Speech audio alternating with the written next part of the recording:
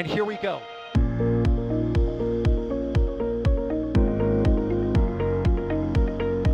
There's the deluge. Here's ignition. Roger, roll, Atlantis. Throttling up. Did you just do a Kerbal? Back to the moon and beyond. Put that in the big bag, Jingle. Back at home, we all have a lot of work to do, but from here, that sure looks like a perfect flow. Propulsion continues to be normal. We did have an observation. 343 unfolds to go. It's orange! Water towers can fly!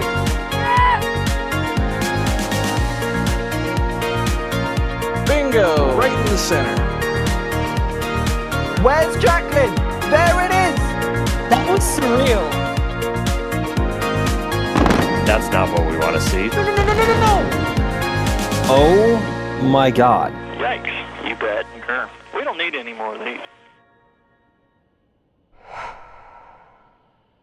And welcome everybody to what we believe is going to be the second attempt for a wet dress rehearsal here of Ship 39 and Booster 19. Want to welcome you all.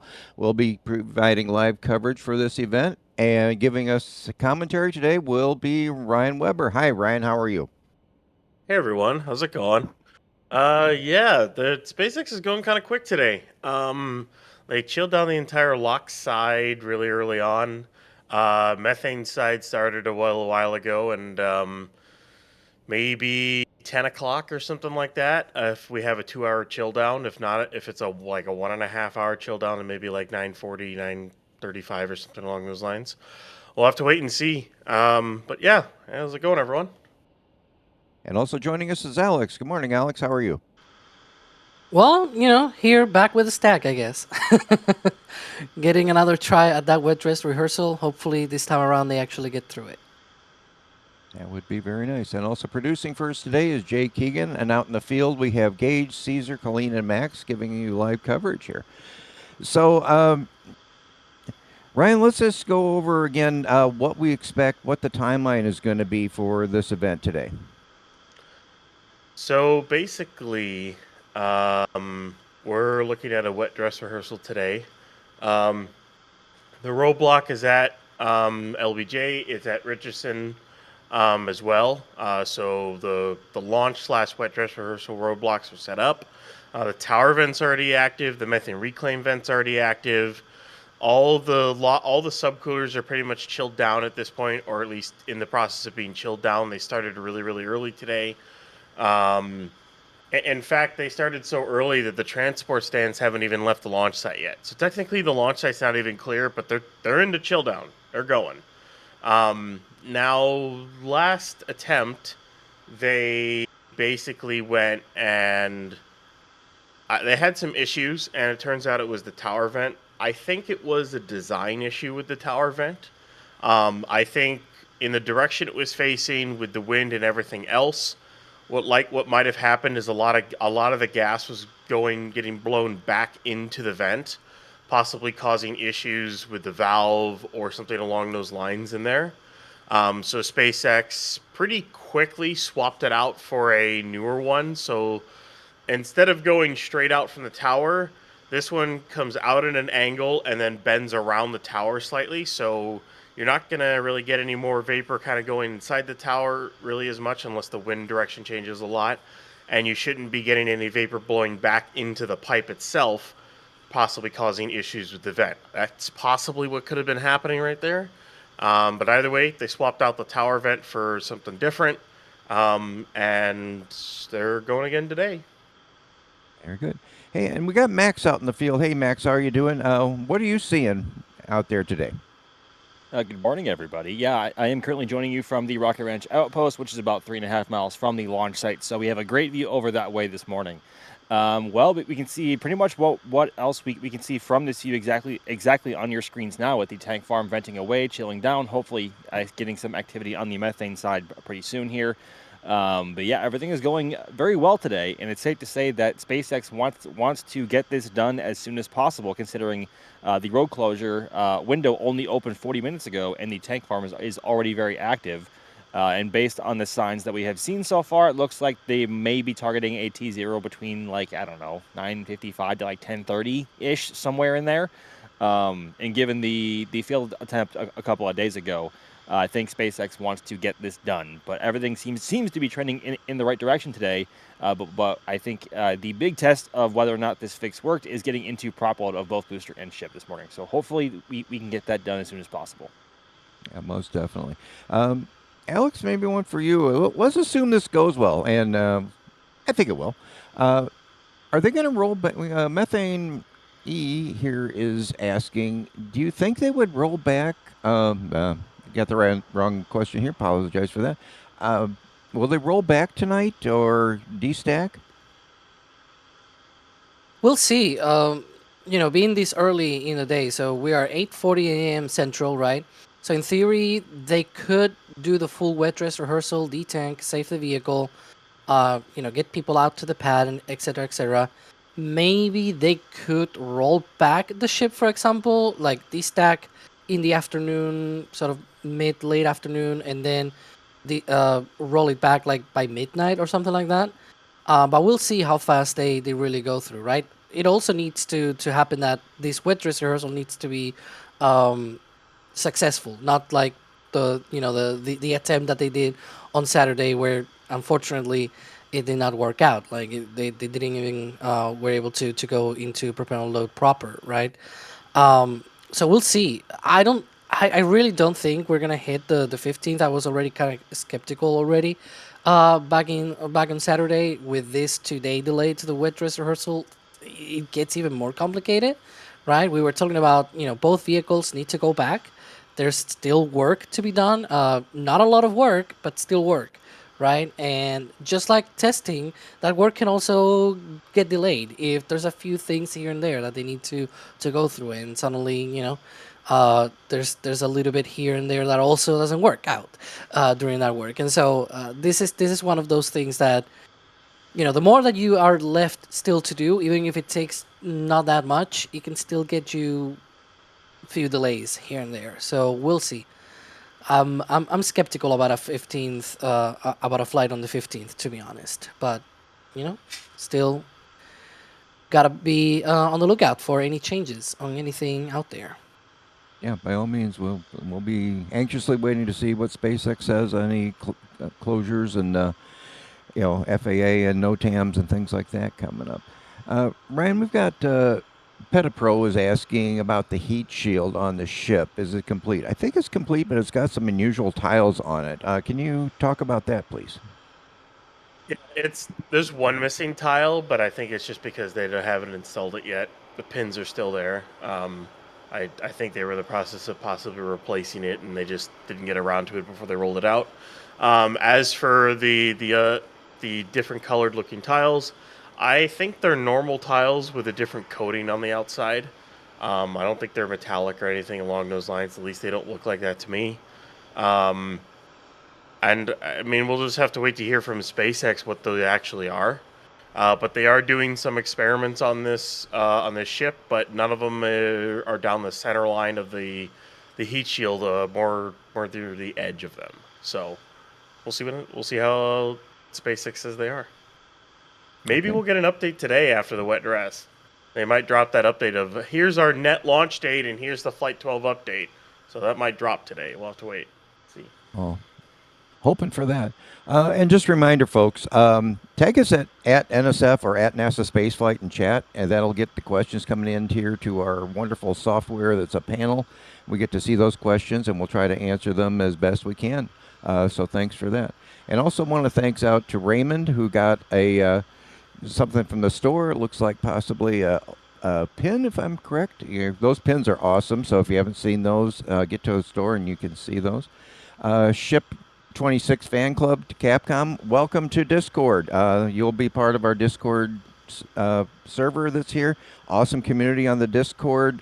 Just all kinds of conversations from sports ball to rockets, so enjoy that. Grissu 840 boop. Okay, there you got it. Thank you for the super chat. Appreciate that. And thanks to all the down there at the SPL guys that we do these periodic Raptor radios. Hopefully that's informative to you guys as things happen and we give you updates. And we got Sodium X become a Pat Rad member. Thank you very much. I hope you'll enjoy all the perks that we have that. I think we'll have all kinds of extra streams that you get as a member, access to photographs, and all kinds of really good stuff for that. We've got Rebel Doorman. Thanks for becoming a launch director. Thank you. That's a very high level of support for you. Thank you very much for that. Again, you'll be on the Discord and get in there and chat away with lots of great folks that are in there. Flippers, thank you so much, my friend. Always good. 5 Rev Team memberships to the rest of you guys. Hopefully you'll enjoy those and get the good member content out of there. We got Jason got something from the store here. Looks like a patch. Looking forward to more Texas Tank watching today and beyond. You bet. Hopefully we'll get this going. We'll get the flight going, and then many more this year. We'll have to see how that works out. And we got Rebel Doorman again with 10 Red Team memberships gifting. Thank you, Rebel. That's very nice, and it's very generous of you to give those out. Anonymous, running out of space for your patch. Well, tell me about it. For the store message, looks like you got a pin there, so enjoy those. And then we got Anonymous, great work from NSF. Keep it up. Looking forward to adding a patch to the collection by all means. And in the UK, well, welcome. I'm glad that we got folks here from all over the world. Maybe we'll check that out later when the mods need a break, but not yet. And we got Telstar86 gifting 1 Red Team membership. Thanks you, Telstar. That's awesome of you to do that. Let's see what we got here. I don't know, Alex, maybe this one is here. This looks like the stands are still in the launch area with SPMTs under that. Is that a concern at all for this Wet Dress Rehearsal or SpaceX? Yeah, so there's in fact still people out there near the pad, so we're not expecting propellant load anytime soon, right? Even though we do expect it to happen today in this window, but because there's still people there, you can see them already out there. Hi, Hoppy. They're probably still getting prepared. Like they might be testing that new vent system that they have installed on the tower, for example. Like they are still out there on the pad. At some point, we'll see them clear it out and also even vacate the roadblock at the LBJ Avenue. No, it's LBJ Boulevard, in fact. Yeah.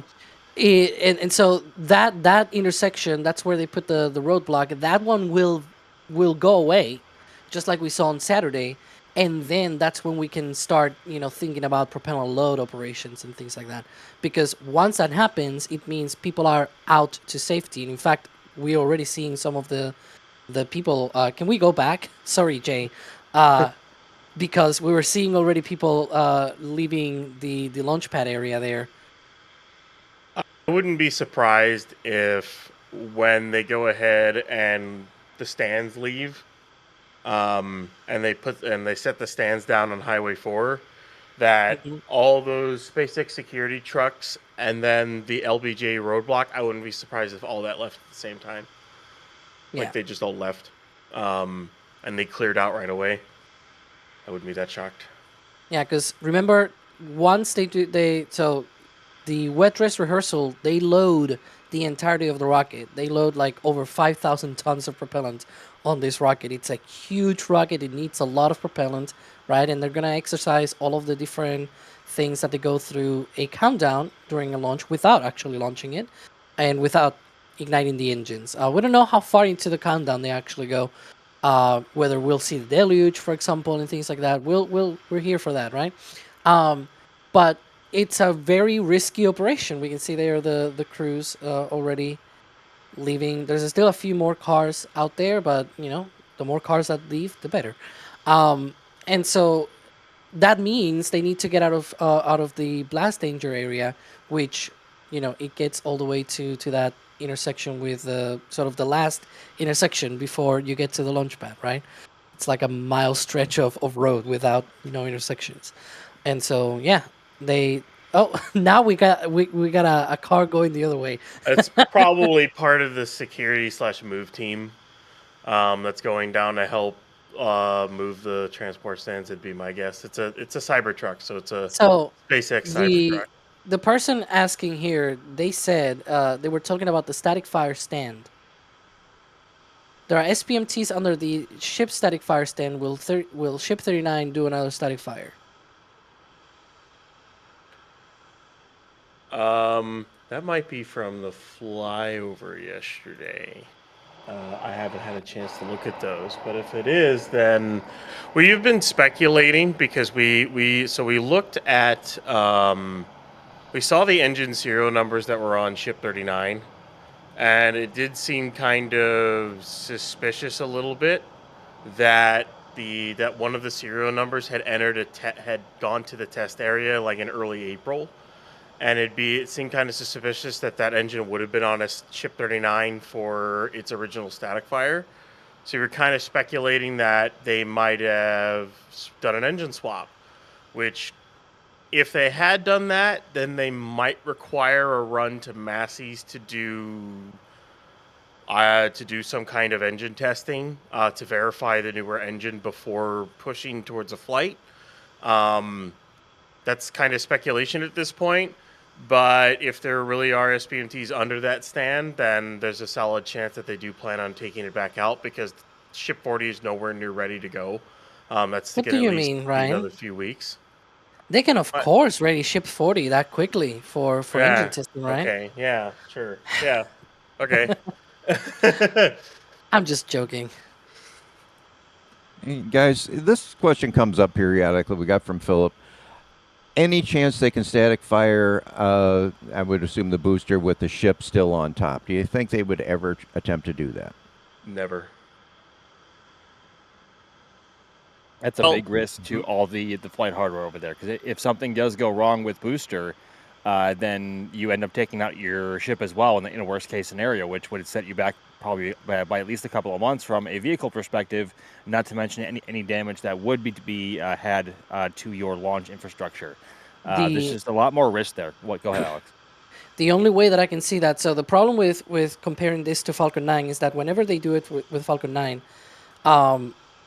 so the second stage has already gotten its own static fire at McGregor, and even if the booster is new, it also got its own static fire test at McGregor as well, right? When you do a static fire of the super heavy booster, you're not doing a static fire sort of pre-launch or anything like that. When they do it on Falcon 9, it's because it's sort of their own wet dress rehearsal of sorts, and they just light the engines at the end.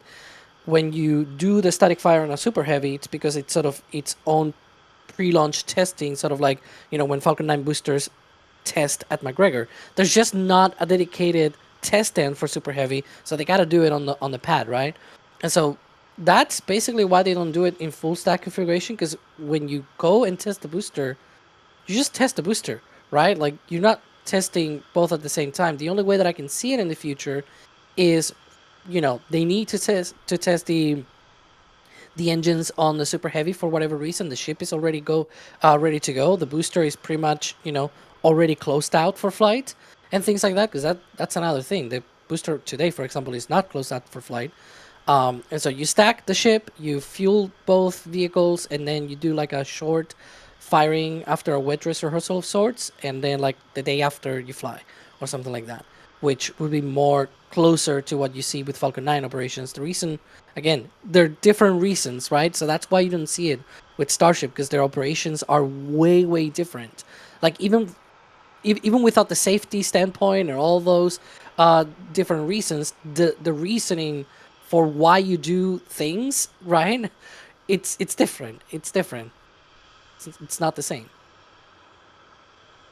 Max got one for you out here. We got Andrew XDDD is asking, what's up with the angle LOX vents and LOX cannons? Yeah, we got a bunch of new vents. We got them up on the tower.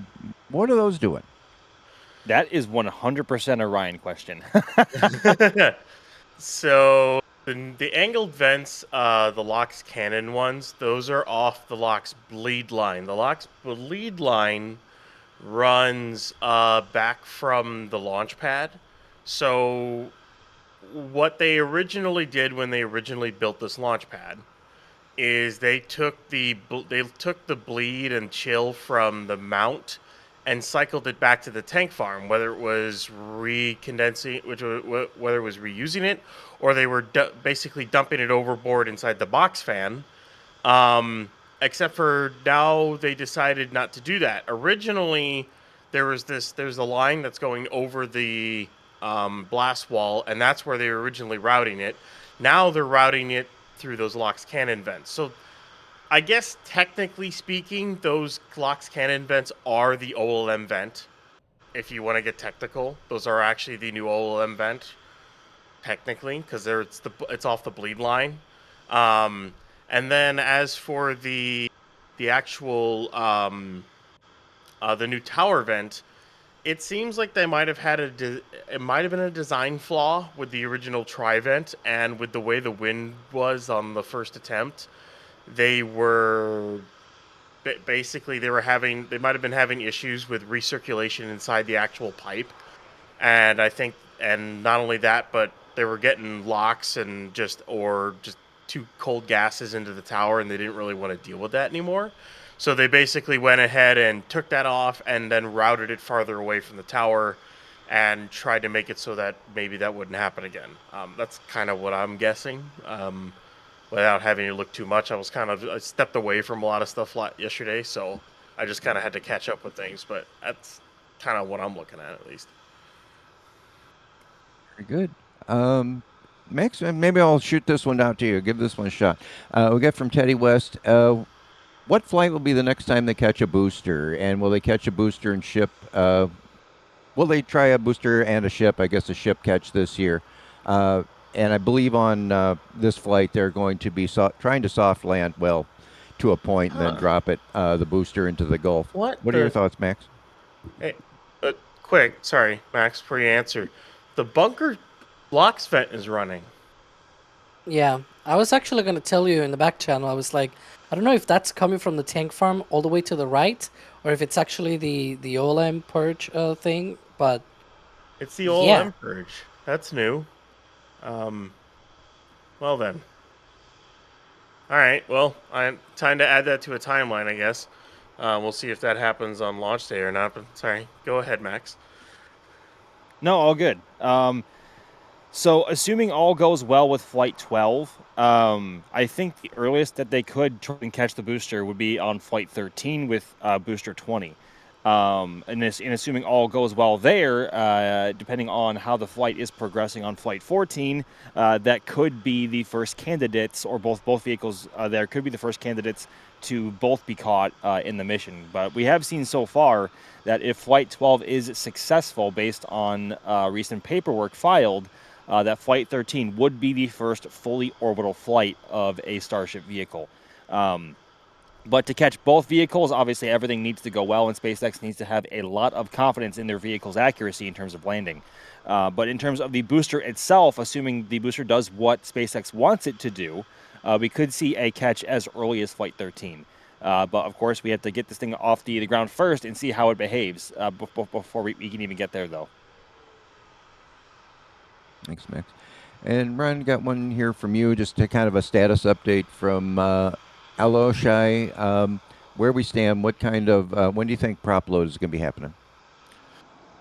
I'm thinking around 10 is my guess. Well, not prop load, that's more like T0. Prop load could be in about 25 to 30 minutes from now, because it's almost 9. They turned on the methane reclaim around 8:08. I'm guessing for the full, and there goes the transport stands. I'm guessing for full stack, they might the chill down might take about an hour and a half rather than rather than just an hour. That might just be for the booster, but we'll end up seeing here. And with these transport stands leaving, that would mean full pad clear. So once these leave and set down and this crew goes and leaves, I would assume the LBJ roadblock will move along with them and move out of the way, because, as I was just saying, we could be like 30 minutes away from prop load. So they're going to want to get out. They're going to want to be away from a rocket that's about to be fully fueled with like 5,500 tons of propellant. Okay, thanks. We're definitely keeping an eye on that. We got I know Ryan and Alex have their spreadsheets going, and we're trying to time this out, learn this whole new system because everything's brand new here. New ships, new pad, and the whole process. So we're learning along with you guys. Max, kind of a follow up to the last one we had for you about catching Booster 13. If they catch Booster 13 and then land the ship in the ocean offshore, I'm going to modify a little bit. If they go for a catch on 13, let's say this flight goes well with the ship for a soft splashdown, do you think they'd risk splashing the ship down in the Gulf?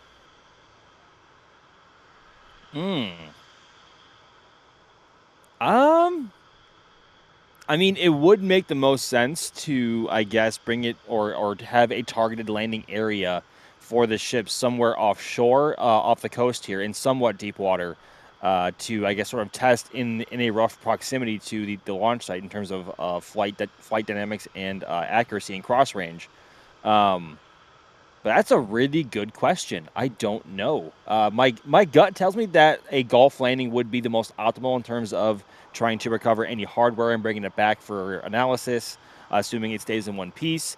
But also, it's the closest, I guess, mock simulation that they can perform in terms of bringing the actual ship back to the launch site without actually bringing it back to the launch site.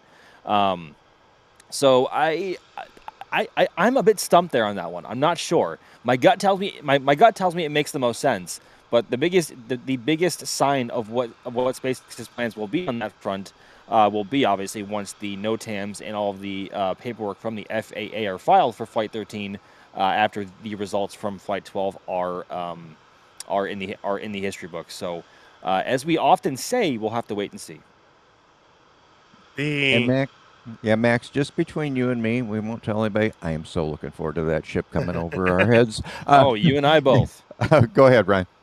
I was going to say the biggest thing I'm looking at when it comes to something like that happening is currently SpaceX can put Starship into orbit, but they cannot do a deorbit burn and re-enter.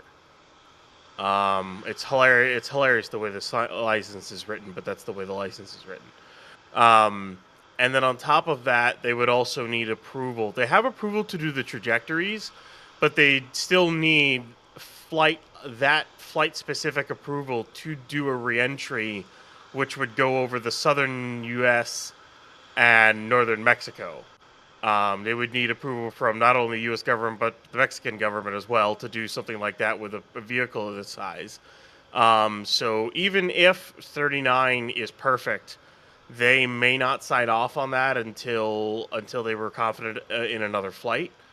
Then again, they might see it work perfectly and see that 37 and 38 work perfectly and go, okay, yep, you can do a reentry and splash down in the Gulf.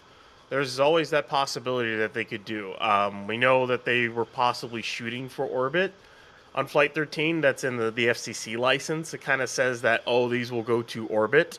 But that's only the FCC. The FAA is the one that really has to give that final sign-off. We'll see. It's a maybe. It's a maybe not. I personally doubt it, but, we'll see. Maybe a bit of a follow-up from Dual Tubes for Life. I love that name. The trajectory, ship coming back from orbit, do you know what the flight path, what would you estimate the flight path to be? Would it go over Southern California as what is being asked? Be just south of... Sounds. Yeah. And see Bye. the 6% again. The ring wall. Yeah, as much as we talk about the vehicles and the technology, these things are just amazing. What they could do, that they can haul the vehicles, keep them level over that road where road's better, but it's not the best. Now, Roger, before I finish the thing about the ship, its stand, how many times does it break down? The S-Benzene. Almost always. As for the trajectory coming back, the ship for initial return over, because they got the trajectory approved, to Starbase will be just south of Los Angeles, and it'll kind of thread a needle between a lot of populated areas in northern Mexico and a little bit of the southern U.S., and then it'll go and splash down. It won't splash down, but it'll then come like just north of the launch site, and then it'll do its banking turn that we saw 38 do. It'll go do that banking turn and then turn itself towards the launch site because it'll be just north of it, and that'll kind of like thread the needle between Port Isabel and SPI on South Padre Island. There's a little corridor there that can thread the needle right through that, and then it'll come down, flip, burn, and get caught in the sticks. That's the plan. Whether it does that or not, 38 worked pretty well, but we'll see how like possibly 41 does. You think they'll be aiming to? Yeah, will they be aiming to the beach or out in the Gulf initially, and then do a correct, kind of like they do with the Falcon 9s? Nope. There's no aiming. It'll be aimed just south of.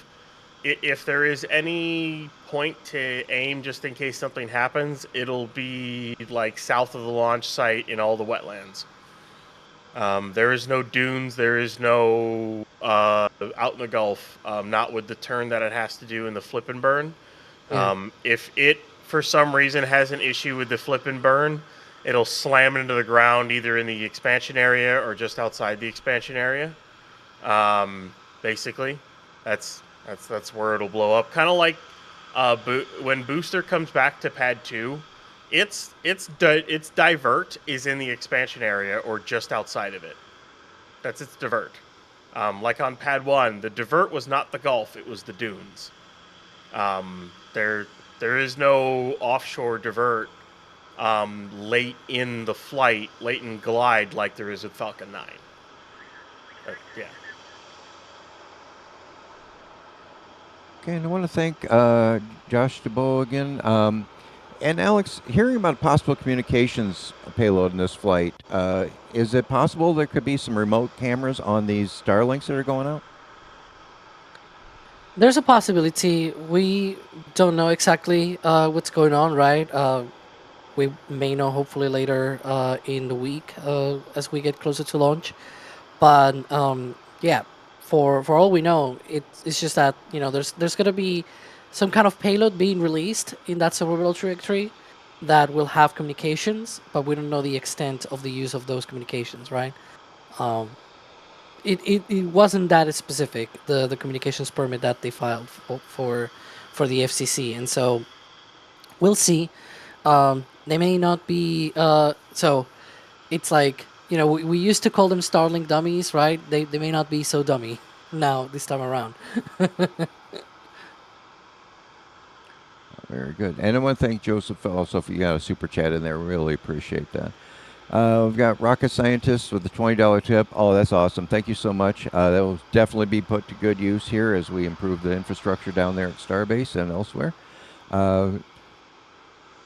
Steve with the super chat. Thank you very much. Yeah, let's launch this bad boy. I'm not sure what the last word is, but anyway, yeah, we're anxiously looking for seeing this vehicle fly.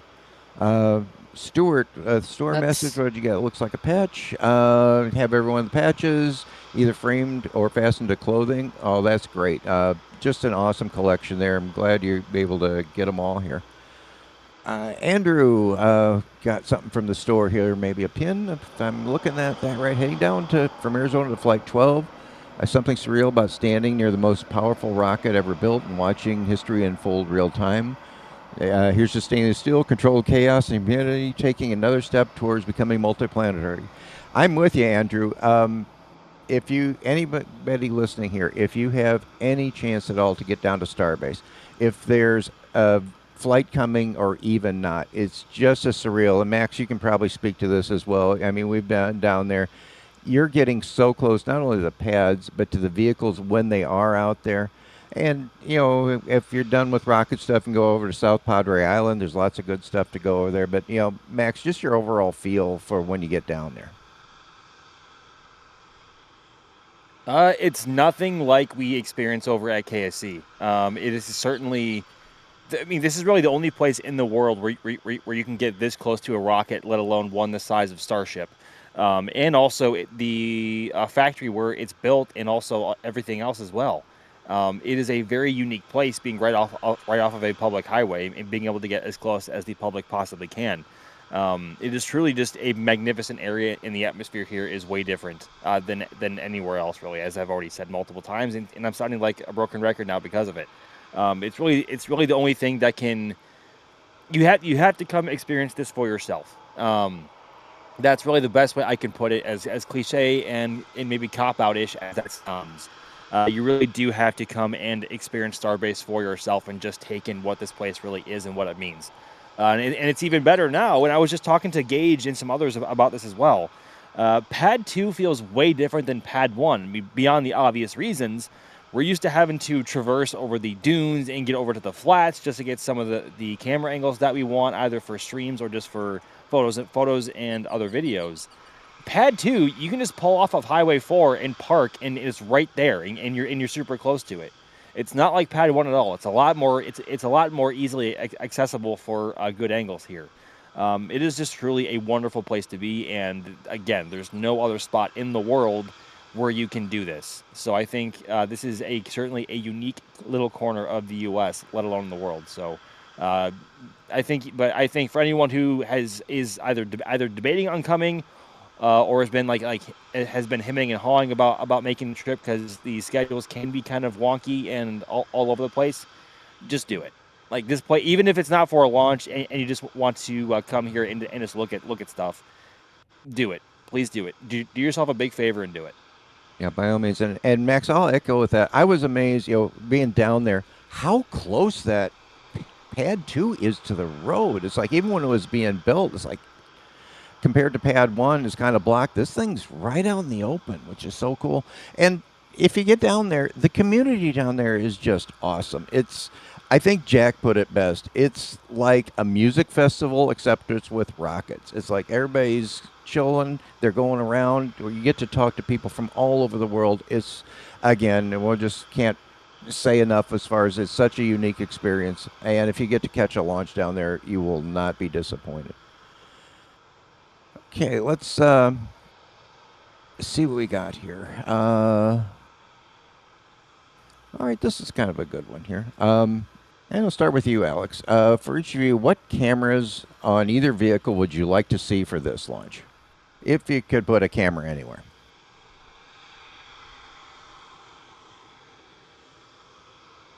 I think Alex stepped away for a minute. In terms of cameras on the vehicles, more 4K cameras and fun stuff. As always, SpaceX always has a really, really fun way of putting really, really high quality cameras. I think it was one of the funniest things during the Artemis 2 launch when everyone started giving NASA, I don't know, they started giving it to them because they didn't have high quality cameras on some of the vehicle stuff and like during launch and everything, and they started making fun of SpaceX in front of that, and it's just kind of like, it's not really what NASA's about as much. But it's like, does SpaceX have cameras on an Orion capsule using DSN around the moon? No, not yet anyways, so NASA still wins on that front. But either way, I hope we see some really cool cameras during docking. When they do the original refueling docking demos, or Artemis 3 is going to be really, really fun because seeing the wing cams on the Orion capsule, looking at the HLS ship, and then the HLS ship using its cameras to look at Orion is going to be really, really cool. I cannot wait for something like that. That's going to be absolutely amazing. So I hope. I want more cameras. More cameras means more cool pictures, means more cool things to watch. Yeah.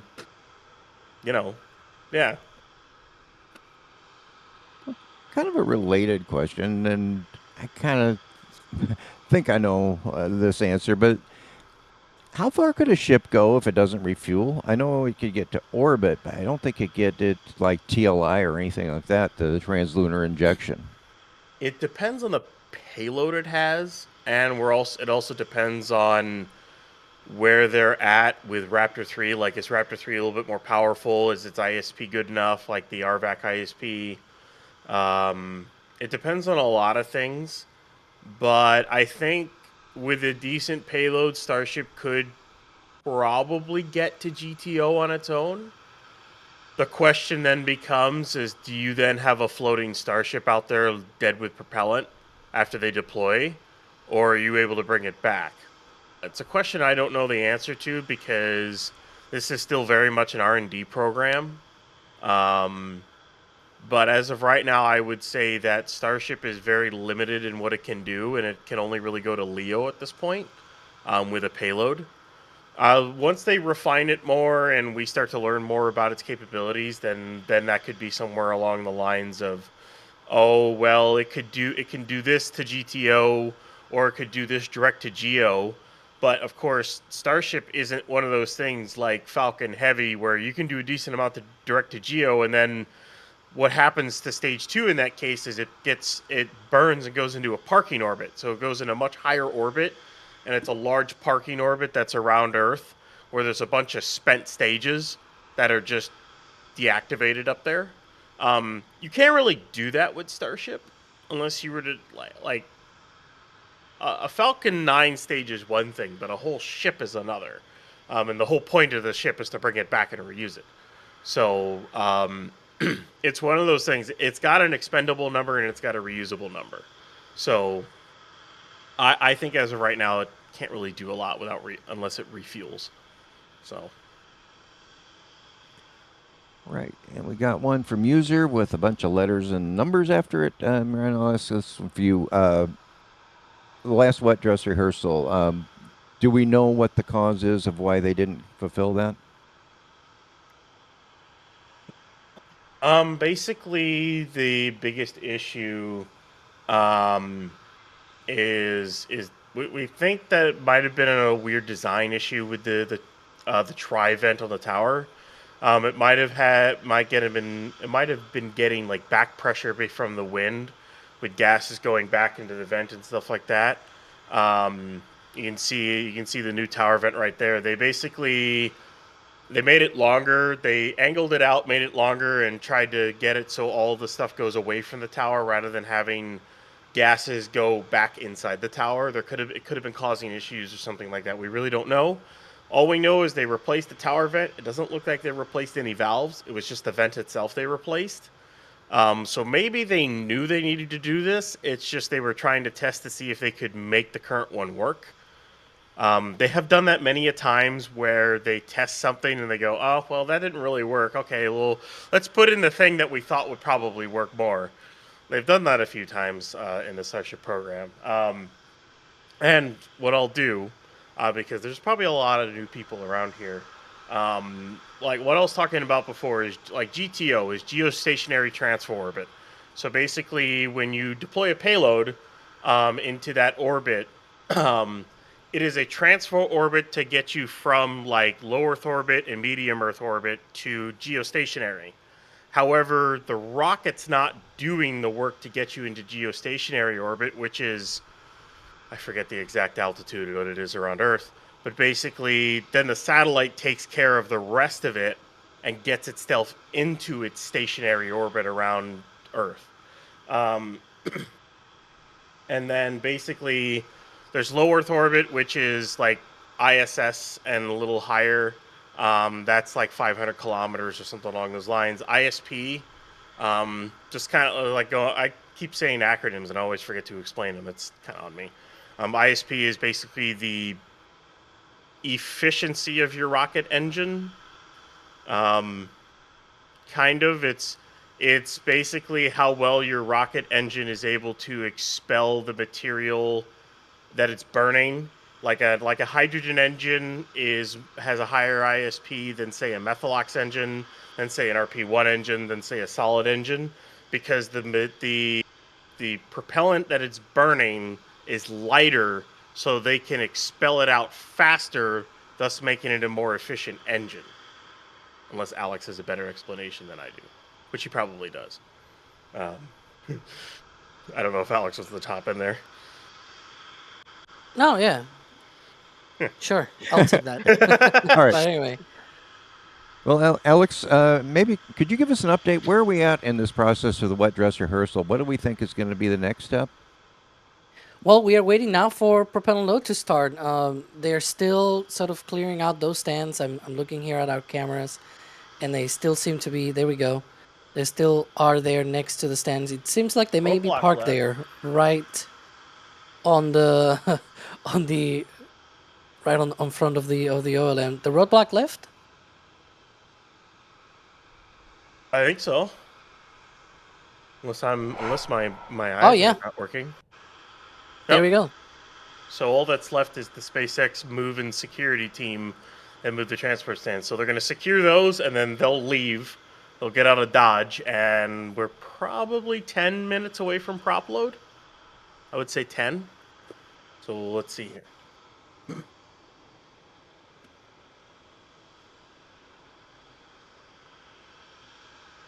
And they didn't happen to stop the SPMTs on the way back, did they? I think the ship stand worked.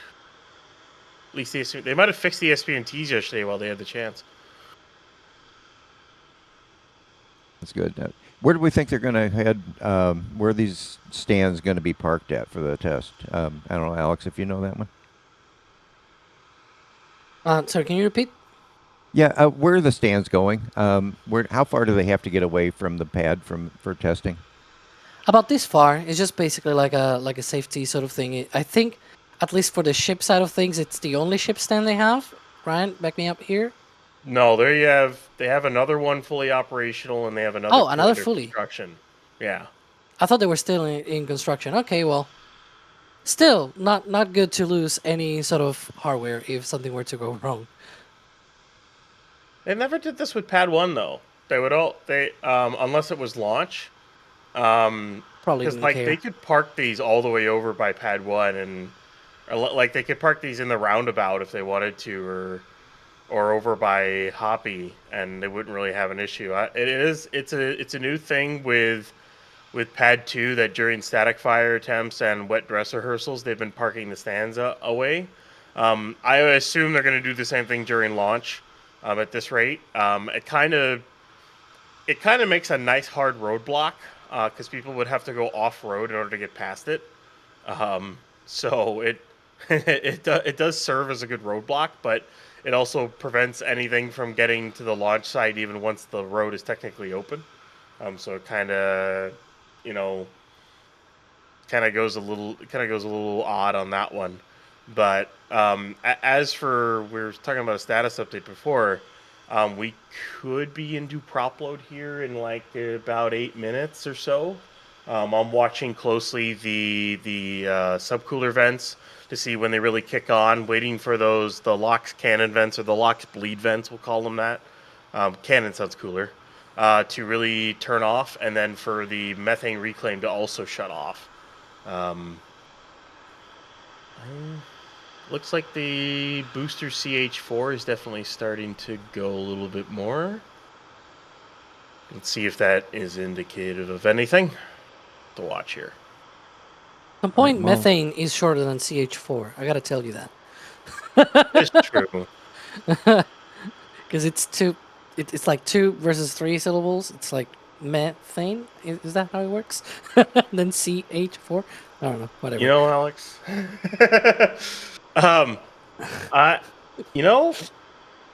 If this pressure maintains behind this vent here, the vent in the middle,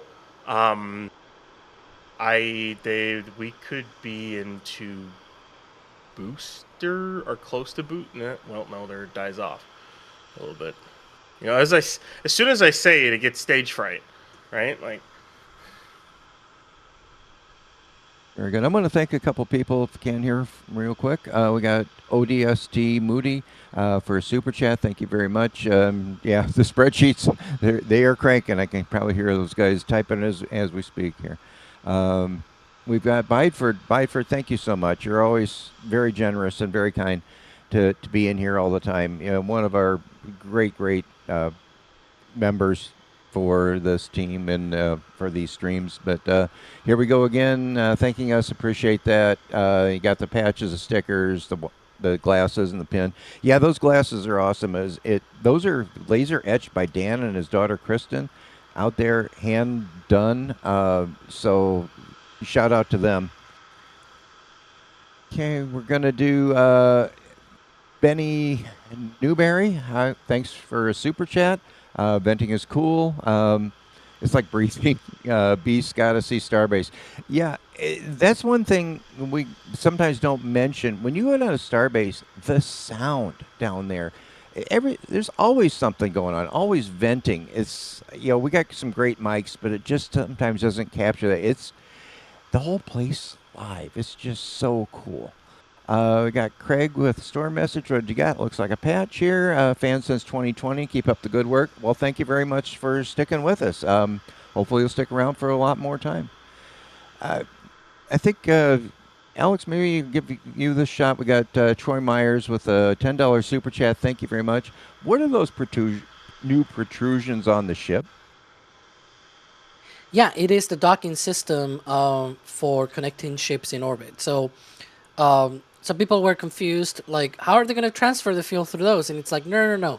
That's to connect the ships, because obviously, you know, you cannot just bring together the ships sort of in space, right? And hope that somehow they stick together all the time, especially with, you know, the different orbital mechanics and all that stuff.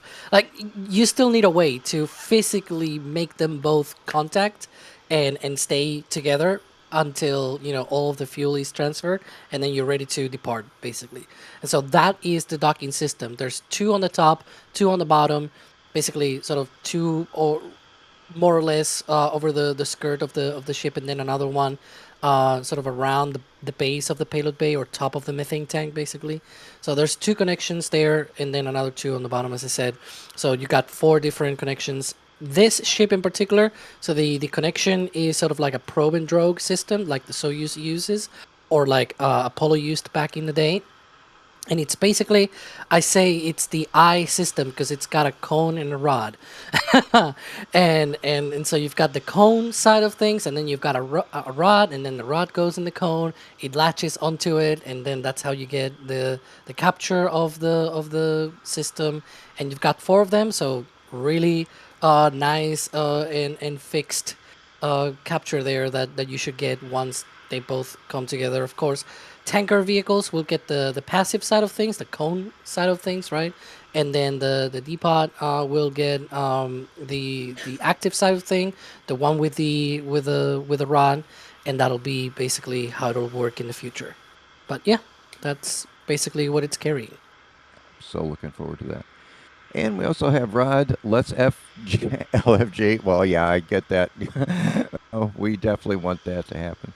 Well, one thing you regulars know, that once we get a full stack out there, there's one major event that everybody is looking forward to. We try not to leak it. But that's when we get our patches out. We get our patches, we get our pins, and this time we got whiskey glasses, we got T-shirts, hoodies, we got baby kids stuff, stickers, sun shirts. Those sun shirts are awesome. If you get a chance to get one of those, they are very comfortable. They are extremely well made, and we got mugs. And the patch itself has a bunch of symbolism, and it's just not graphics put together. It means something. So we're looking at the booster, you know, in the center. The next generation, version 3 of this thing, is just such a major upgrades. I think, Ryan, we talked about it in the last one. This is like going from NCC 1701 to 1701A. It's definitely a big upgrade. And then you see the Methalox exhaust colors. It's the pink and the violet tones, and you see the mock diamonds. And if you go out and see a launch live, you see those things. It's just so cool. Then we got the new launch tower that's sitting there, you know, where it's going from there on the left. It's just so much work on there. It was probably close to 20 months or so to get that going. And now we're watching its new twin, the other launch tower, the first one, is in the background. So we've been definitely watching how that's been going and transitioning just in the past time since Flight 11. And then you have the mountain, the flame trench there, and then the plume deflection, which I think we've seen on the static fire is so cool and so different from the last one. So check those out. We got some good stuff there, and we got a great shop team. So if you do run into any issues, then by all means, just get a hold of them. And you can just contact them. They'll message, and they're very active at resolving any kind of problems you have. So just a shout out. We got a great shop team. And the designers for all this products is just amazing. So thank you all to that team. All right, let's see what we got. We've got Mike is asking, and Alex, maybe, or Ryan, I think I'll send this one to you. Will they need a water deluge test after they get rid of the ship and they roll the ship and the booster back? I mean, Perhaps. I don't think they... Oh, sorry. I thought it was... Is that to you or me? I just totally forgot. I'm sorry. I messed up. Go ahead, Ryan. It's fine. They shouldn't need to do it. They might do one just to do some verification, but, well, they did a verification on May 7th, and it worked perfectly, as far as we can tell. Unless... Because we don't have SpaceX mission control audio, so we don't know exactly how it worked, but the fact that they completed a near 15-second, 33-engine, almost full power static fire, or at least it was full power for part of it on Booster 19, I would say the deluge is working just fine now. They're probably still going to take a while to iron some things out. It is still a brand new system, and launch is going to teach them a lot of things, especially with the top deck plate. But the only reason I could see them firing a deluge from this point on is to just kind of do some last-minute tests, and as well just to fire it during the countdown. So we might see the trench deluge fire today, but who knows? We'll have to wait and see. And I think that's tower vent in almost basically waterfall mode, so that's a good sign. Should be getting close to prop load.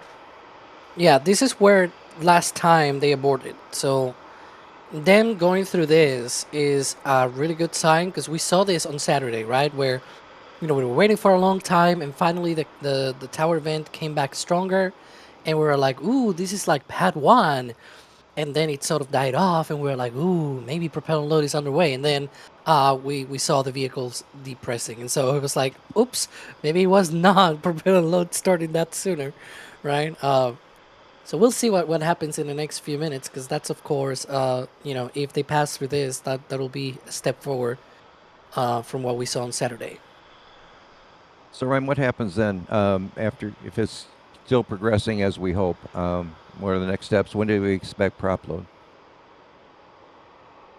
You say that, and we could be into booster prop load right now. I gotta double check here. I think we're into booster, or we could be into both. Let me double check where the vents are running from at the moment. Okay, but the reclaim vent is off, which means they are likely loading.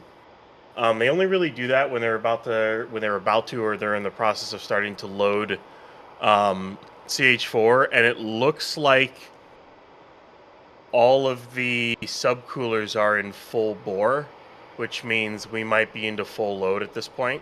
I wonder if they're loading both at the same time. They might be. We'll have to find out. We'll have to watch frost levels. So I think we're into prop load. We'll go with that. So cool. And then do we know how long prop load lasts? I know it's like 5,000 tons, but how fast can they fill these vehicles? Like 30 minutes. Less. Booster's like 30. I'm still curious at how long ship load will take. Of course, ship LOX load is not there yet, obviously, because the tower vent's still on and it's gone into like full waterfall mode. Once that tower vent shuts off, then they're into ship. Then I would say they're into ship prop load, or at least ship LOX load, but they're not there yet. So they're in process right now. and we'll wait to see frost probably within the next 5 to 10 minutes, give or take, and then so T0 of like 10:05, 10:10, somewhere in that range is what I'm guessing here. You know, one of the weird things of this view, well, now this other view, it's that because of the different orientation of the tower, the previous view looked like when we used to show pad 1 from our highway site, right? Because it's sort of like 90 degrees off. There we go. But it's sort of like if you were to mirror it, then it looks more like the highway lot. It's super weird looking at pad 2 and you know, covering all of this testing and operations from pad 2 after so long covering things on pad 1. Isn't that weird to you guys? It's weird. It's a little weird. Yeah, and looks like so the reclaim vent is it's more or less off, and those LOX bleed vents, which are basically the new OLM vent, is off. So I would say they are into at least full load on booster. They're loading both on booster. Ship is not into load yet. That'll happen when they turn off that tower vent. And my guess is they're going to load both props at the same time. I don't think they're going to do staggered start times. Because of how quickly they can load stuff these days, there's no reason to stagger the starts like before. For ship, they have 4 pumps for LOX and CH4. They have 4 pumps for both.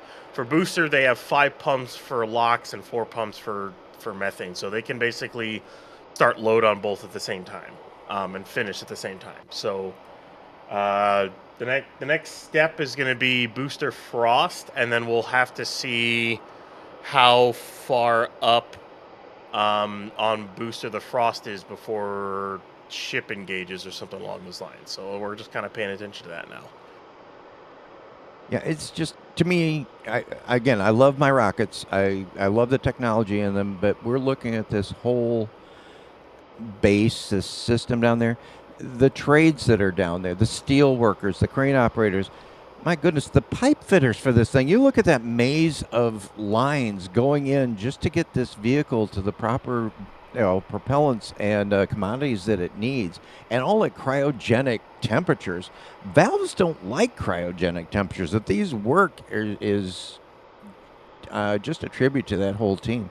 Alex, I'm going to shoot this one towards you.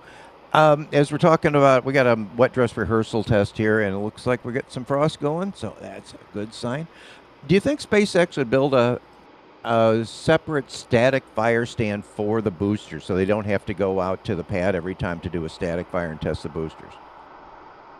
The problem with that is that, you know how big that launch mount is? That's how big you will need a static fire sort of area to be. You will need a similarly big flame trench.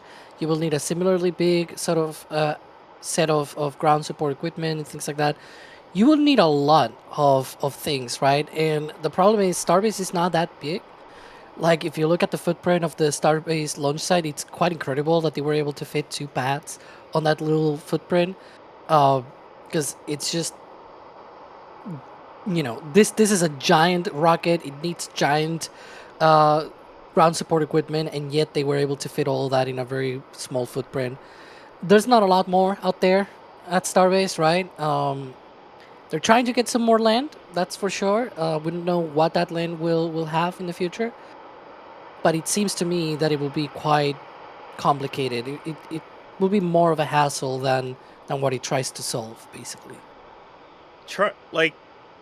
To build a super heavy static fire stand, you basically have to build a launch pad or something like the B1, B2 test stands at Stennis, which tested the S1C and the green one. And what the funny thing about those is super heavy is like 2.5 times the power of that, of just the S1C. So you might have to build something bigger than that. So again, you're back to the thing of, well, you just basically have to build a launch mount to withstand it, so you might as well just use the launch mount. That's kind of where they're at this point. That's how powerful that booster is. And that was from Noel Westrom. Thank you very much for that question. Kind of a follow-up to this from Falk Busher is wondering, static fire stands, what kind of testing facilities will they have at the Cape? So Right for you, Dave. Take that one, please. So the to start, they're not going to have any. But basically, maybe at 37 they'll build a trench or a pair of trenches with the catch towers. But to start, they're going to do it S37, S38 style. They'll likely build an adapter to go on LC-39A and Slick 37's launch mounts, and hook and make an adapter to take the two split QDs, bring them together, and static fire the ship on the launch mount. That's basically what they're going to have to do to start. They don't have a separate stand built, and from all indications they aren't starting one anytime soon. So we're going to see a ship on a launch mount again. I just don't know when or in what form that's going to take. That will be interesting. It's like after Ship 36, how they were able to cobble together those launch mounts for Pad 1 was quite the engineering feat. So we got Koba's super chat saying, what are the odds of Ellen having a private penthouse top of the mega bays? Well, who knows? I'm not going to go there with that one. $50 tip from Methane Man. Methane Man, can I say Methane Man? Am I allowed to even do that as an American? Anyway, $50 tip. More cameras, more better. I get. Thank you very much, and appreciate you folks that are supporting us. We do put this back into the infrastructure down there is amazing. We got Dan, we got the field team with Gage, Caesar, and Colleen that are down there, keeping these things going. I mean, cleaning lenses, cleaning solar panels, rewiring. It's such a harsh environment, and this all helps so we can get you the best coverage that we possibly can. I got Airmaker with a $5 super chat. Thank you. On a ship attempt, is it and booster caught in the same tower? How far apart? And Alex, maybe I'll put this one towards you. I don't think they would do in a single orbit, would they, for a ship after launch? Would they do multiple to get the orbital inclination in the right orientation? Well, now we know at least that the ships can stay up in orbit for 48 hours, right? They talked about this on the Test Like You Fly. I think it's that the name of the video that SpaceX uploaded a few days ago. I think it was more like a week or two ago. But yeah, so if it can stay up for 48 hours, then you can bring it back like the next day. And the next day, that's not a bad timeline for getting the booster out and sort of get the path clear for the ship to land on the chopsticks. Doesn't seem like that will be quite hard for them. So, yeah. Very good. And we have Gregory got something at the store, maybe a patch here. Thank you. Hope you're going to enjoy that. C. Rogers, $4.50. Hey, this is so cool. $10 super chat. Thank you very much. But watching from a Starlink at 30,000 feet. Oh, that's amazing. That's amazing. It's that they get those and you get the bandwidth to be able to do that. We got Raymond that's getting something from the store. Looks like maybe another patch here. Great. Keep those patches going. Again, get them now. If they run out, when they're done, they're done. So appreciate that, Raymond. Got Anonymous. Hi from Lincolnshire, England. Many thanks. Fantastic coverage of not only SpaceX, but the space generally. Yeah, I mean, this is the great thing about NASASpaceflight. Cover all things spaceflight. If we can get a camera out there, we're going to be showing it. And again, thanks for watching from the UK. We got a lot of great UK people here on the stream and work with us. Chris B, shout out to you, my friend. We've got CHHO4. Order these? Or do they do the test at Starbase and ship it there? Yeah, maybe a quick question. Oh? Okay, we got Locks Frosty. Never mind. We'll get to that shortly. What do we got going on, guys? Is that tower vent dying off? I think it just turned off. Dying off. Yeah. So that could be start Ship of load. Ship load. We'll assume that's start of ship load. Here, so 9:43 then. Locks Frost on boosters should be any second. It's usually anywhere between like 11 and 12 minutes or so after prop load start. That is, if we could have also gotten the exact start of prop load wrong, but you know, it's kind of guesswork on watching some of this stuff. Yeah, real quick here. I kind of follow up to the other question. And Alex, maybe I'll ask this one to you.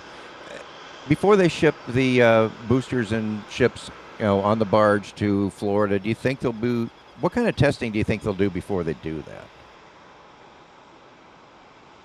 Before they ship the boosters and ships out? Yeah, Well, I mean, are they going to do testing on them, or to what extent?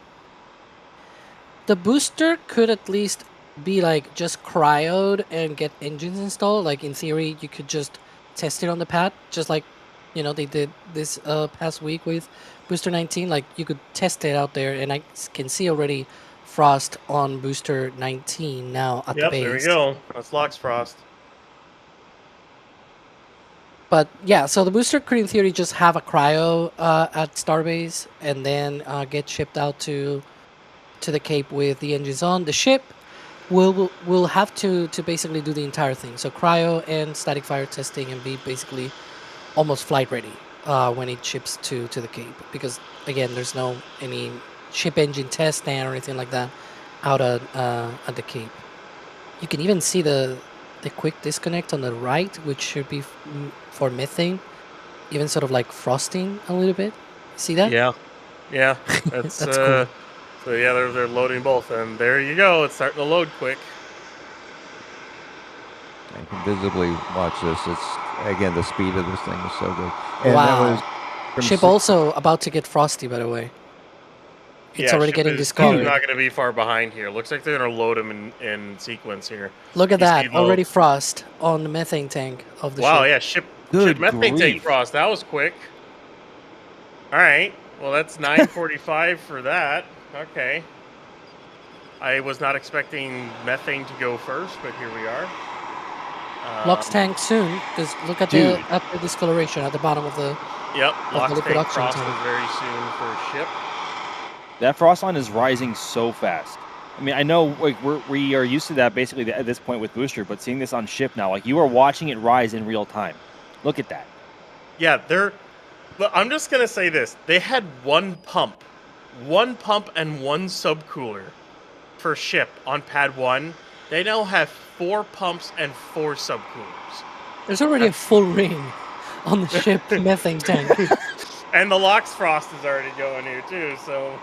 And mind And you, while there's no like a big transfer tube on the for the methane on the ship, they still have 3 transfer tubes. Well, 4 actually 4. that they need to fill for Well, that 5, methane. technically. If you 5, If you count the 6, header 6 already. if you count all the headers. Yeah. Okay. Well, I don't think that they like. I think the header tanks go separately. Like I don't think they get loaded at the same time. At least in the past, it's probably it didn't used to be at the same time. It used to be sort of like a sequenced thing. But yeah, and just as an idea for propellant flow rates that we're seeing in here, at least on the booster side, we've been able to calculate roughly a 700 gallon per second flow rate of propellant through both BQDs during prop load. Yeah. 700 gallons per second. What? Space Coast Live, Marmac 31. What? Yeah, it's on Space Coast Live right now. It's Everything, got the canopy everywhere, on all top. at once. SpaceX! The Starship Transport March, it's got a canopy on top. What? We were course. talking about this like 5 minutes look ago. at Look at that. Talk about timing there, huh? You'll Right? thank me later. There it is. Where's you'll thank me later? There it is. Okay, so I have a theory now, based on the sort of like roof shielding that we're seeing there. I think they're going to use you'll thank me later to transport boosters, and they might use just read the instructions to transport maybe 2 ships at a time. I'm not sure. That's possible. I could see that, yeah. But dude, If talk you're about only like fitting one that's- in you're only yeah. fitting This one is not just read the instructions, by the way. People in chat are thinking, Yes. no, this is Marmac 31. This is not just read the instructions. This is the older one. You'll thank me later. Wow, man, this is the crossover here between coasts. Yeah, actually, it's foreshadowing maybe. Where are they getting to? Like, where is it going? I don't know. Where are you Maybe going? they're just docking it. I don't know. Because now that's turning to the right. It would be funny if We still have a full stack getting frosty over here at Starbase here. It would be funny if it's preparing to go to Starbase. Oh, we got methane frost. There we go. Oh, there we go. All of the action now here. All the things. Dude, look at this view. Man, we haven't had my timings are all out of whack here because what I was expecting versus what happened made my timings jump all over the place in my graph, so I'm gonna have to fix it later. But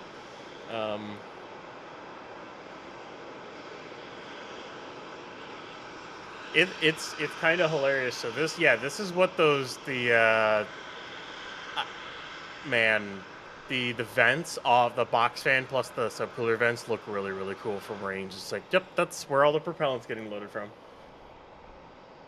Hey, quick question for you guys. Do they retract the quick disconnects for this type of a test?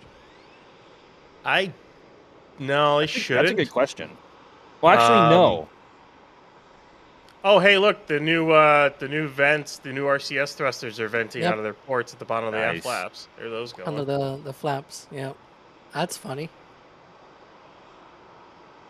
I think, Roger, to answer your question there, so the countdown will be aborting, I don't know, at T-minus 3-4 seconds at that point, and at that point in the count, both the SQD and both twin BQD should still be attached to the booster, and that's the whole point of a wet dress, is that they abort the countdown just before engine ignition. I mean, they might, well, no, maybe, you know what, I'm not sure. I don't think they will, just based on the order of timelines that we have become used to and what seems to make sense in terms of operations here. But we might see them pull back and retract it. Actually, no, they can't, because they have to detank. They've never done it on a wet dress before, but they did do a retract test on the old booster QD on pad 1 way back on like booster 4. While it was still loaded with cryo. They may have done it on booster 7 as well, but they have not done it on this pad, and I don't really think they need to be honest. There's no reason to really do it. I mean, just do it on launch day. You've already tested the retract without the booster. What's the difference with a booster? It just unlocks and goes back, you know? Wowee. I hope Gav is looking and you guys are where that barge is going. Love to see it come to Texas. I'm just saying. Eventually. Soon, TM. Okay, so Ryan, what's next for the wet dress rehearsal? We got frost going up the ship. We got frost going up the booster. It looks like is it going both up on the locks and the methane tanks? Could you just kind of recap It where is. we are? The methane is ahead of the LOX tank on the ship, and the LOX is ahead of the methane on the booster. It's kind of a weird setup here. But I would say they're both tracking to be done by like 10:05, 10:10. Maybe, let's see here. We saw a booster LOX frost at 9:44, so maybe about 10:15 actually, or something along those lines. They may have been a little later than I predicted, but I mean, I was actually kind of surprised at when they started ship load. It looks like they, instead of having a staggered load where they start one before the other, they kind of started both around the same time, like pretty close to one another, because like it was only a few minutes after we saw booster frost that we saw ship frost. And even then we saw ship methane frost. What was it? Before even like booster methane frost. So it's kind of a weird one. I think you know why the oxygen tank on the ship has been venting for so long? It's been venting pretty much. Yeah, it for has like been a couple of venting minutes for a while. I wonder if they're slow loading it a little bit right now. Maybe they're slow loading the ship and then they're going to go into a fast load closer to a T0. Could they be loading the headers now on the ship? Could be. For the previous version, what they did is they filled up to 85% on the main tanks, and then they will fill the headers, and the remaining like 15% will be filled out in the last few minutes. So while we're looking at the engines, guys, we've got Not Anonymous is asking, what kind of telemetry have they improved, or what do they think you'll have on the engines themselves? Because they are brand new Raptor 3s. What are they going to be watching? Everything. I would say. Yeah, I would say as much as any data point they can possibly watch, they'll watch. Whether it's on the Raptor or the vehicle itself. I think what they're doing, Alex, is they're doing a combination loading plus cold pressed gases on the ship LOX tank. And what they're doing is they're slow filling it and cooling the entire tank down. And then what they're going to do is they'll fast load. Like when they get closer here, so maybe like at 10 o'clock, all of a sudden they'll start fast loading the ship LOX tank or something like 15 minutes before closer to launch. And then they'll top off the ship methane one. Either this is normal procedure or they're kind of working through an issue maybe with the ship, or the ship get quick disconnect. It's really unknown. We won't know what it looks of. We won't know until launch day if this is normal, because unless they do another full stack test, I mean, this is the data point we have to go off of. But we're kind of just learning with everyone else to see what they're doing here. Very good. And as we're getting closer, we'll keep close eye on this, but I do want to thank some people. We got Harry Strobel, if I'm reading that right, becoming a Pad Rat member. I hope you enjoy all the perks that comes with that. Anonymous got something from the store. Looks like possibly a pin. Thank you very much for your support there. We've got Ross got a patch from this in. All things going normal. We expect to ramp up number of launches. We hope so, that this will improve the cadence. The big thing is going to be the vehicles, if they have enough to do that. Got David with store message. Got some stuff for store. Thank you very much. Yeah, thanks. We appreciate all your support and the thanks. Interesting question from Brian Controller with the super chat about asking Grok how many households provide CH4. I'm sure it's a lot. Adar with his first patch. Thank you. I hope you will really enjoy that. Wayne got every store merchandise here. Ooh, phone case. That looks pretty cool. Those look great. Every time I buy new merchandise, I act like a brand new father showing off his brand new baby. Great job. Yeah, I know. You want to sport that merch out there. Got Vincent at the store. Looks like pins. Great looking set. Yeah, those things are really cool. If those of you that were fortunate to get the display textile that was 3D printed by Das himself, really great. Got Michelle. Do you think Flight 13 will bring the ship back to Texas for water landing? No, it's going to be going out to the Indian Ocean. But thank you for the store message and your purchase. And Luke getting the store message. See what you got here. Getting patches. Great. More patches, more better. Draft drawings. I don't know if you guys will be up for a draft drawings. Maybe we'll get some telestration going later. CJH04 with the super chat. Thank you. What happens if Christo actually leaves the pad on this? I'm not sure what that is. So it better not be leaving the pad, or we're having a very bad but very exciting stream. Methane Man, 10 red team memberships. Thank you very much, my friend. Enjoy those. Please thank Methane Man if you get a chance. We got Fruit Others EZZ, new member. Thanks. Enjoy the pad route. We got a multi-view going, and it's really cool. You get to see all kinds of different cameras that are going on. And Kevin got some patch from the store. My bet is Booster 20, Booster 21 getting reused, and Booster 22 on a ride to Florida. Well, we will see. We'll anxiously be watching that. So back to you guys. Maybe Alex and Ryan, where are we standing? What's next? Well, Chip. I should say booster methane tank is almost about half full. The LOX tank is getting there as well. As of right now, it looks like methane is ahead on everything. But then again, they can throttle how fast they're loading it. Ship methane tank is nearly topped out. The LOX tank looks to be I'm trying to tell if it's actually liquid or if it's just gas. There's still like a ring to go. It looks like on the ship methane tank, and the LOX tank is maybe half full. It is odd how long that vent has been running for. They've been running it non-stop. And I will say this one thing: if you see there's a new vent on the SQD, we suspect that's ship engine chill, which would put us possibly 15-20 minutes from a T0. I gotta see when that started here. And that'll kind of might give us a good indication of a T0. Oh, hey, is that on the QD arm? Yeah, it started around 9:55, so I would say that, yeah, our T0 is 10:15. That's where I'm going to put our T0 at. Yeah, simulated T0, by the way, for people that simulated might not be... T0. It's not actually Exactly. launching. Sorry. It's not actually launching. Yeah. It's not. Okay. Got a question here for Max, a couple related questions. First is, Max, this is kind of relating to Florida and Pad 2, or the pad at 39A,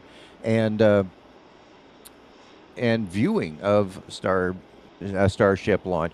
So where do we stand with Pad 2, the 39A pad? And I know you're down there, you guys get good views, you get to go to the press site, which I'm very jealous of, but say if a regular person comes down there, say somebody that hasn't seen a Starbase or Starship launch from Texas or Florida or any other rocket from Florida comes down? I think once it's on the pad, I think Playa Linda Beach is going to be your best bet for public viewing. And not so much for launch, because I think just given the nature of how much propellant is going to be on board Starship, that Playa Linda Beach is going to be closed, and the blast danger area for Starship is going to be pretty big. And I think just for safety reasons, NASA and the Kennedy Space Center are going to want to shut that down for public safety. So on that front, maybe the Kennedy Space Center Visitor Complex will offer viewing opportunities from the Saturn V Center. So keep an eye out for that whenever that happens, hopefully by the end of the year.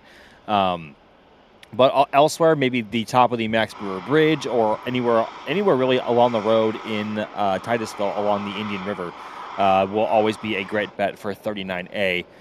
It is among it's almost the most northern pad at the Cape, only bested by LC-39B, which is where SLS launches from.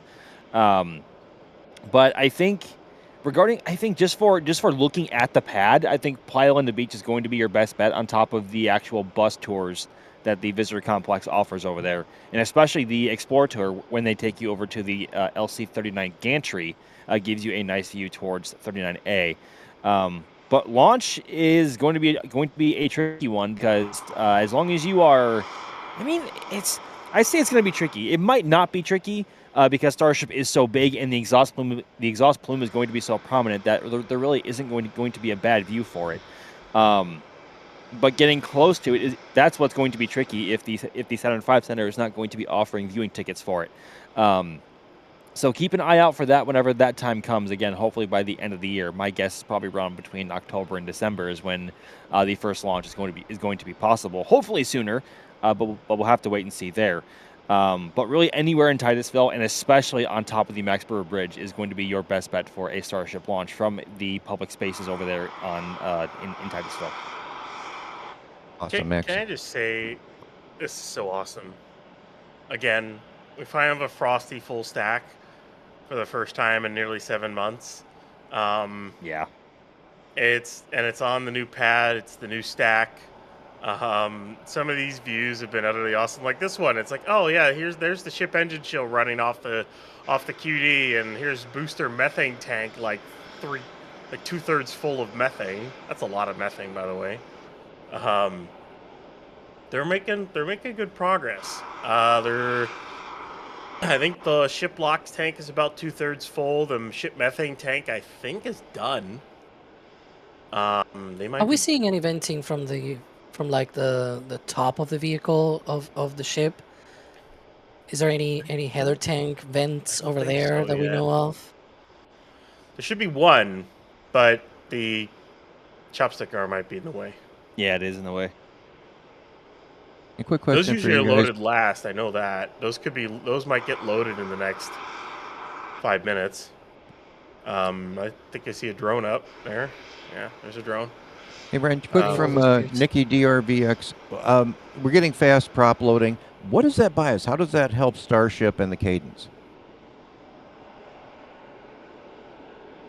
Well, fast loading. The quicker you load, the more dense your prop can be because you're sub-chilling it.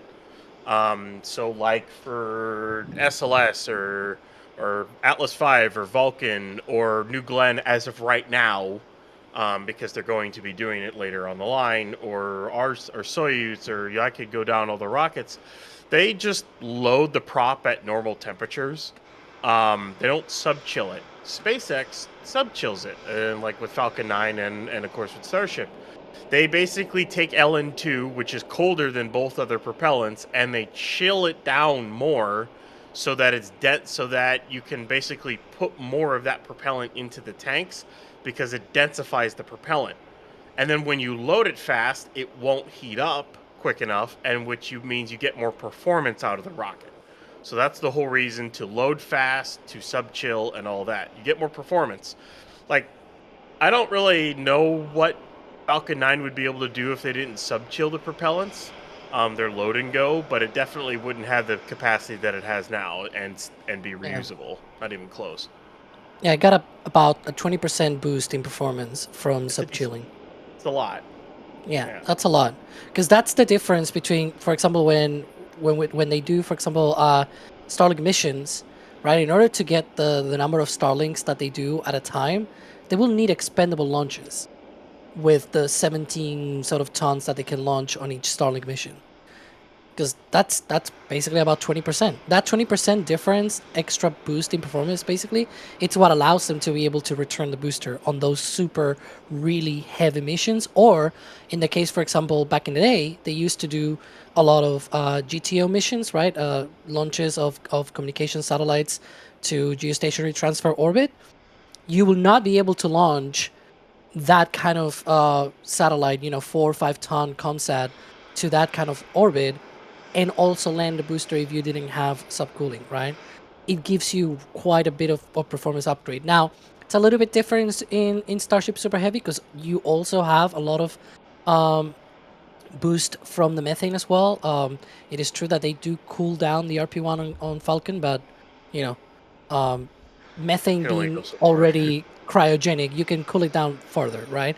You can make it more. And also, methane is less dense than kerosene. It's about half the density of kerosene. And so it benefits more because of that. Like the change in densities, it's greater. So yeah, at the end of the day, it's really a nice thing to have for a booster performance without even modifying the vehicle at all. Because the size of the tanks can be pretty much the same. You just change your ground support equipment, and that's what we'll see, as you hinted at. We'll see that with New Glenn in the future, at least perhaps for the first stage. The second stage uses hydrogen, so I'm skeptical that's the one that's going to use subcooling. But the first stage is methane and oxygen, and so you can subcool both of them just like they do here on Starship. Liquid hydrogen's already pretty cold. Yeah. You in theory could subcool hydrogen. You just need liquid helium for that. It's a really complicated method, and it's not easy to master. And it's probably not worth it in the long run, honestly. You already get a lot of performance out of GS2, with it being a hydrogen upper stage as it is. And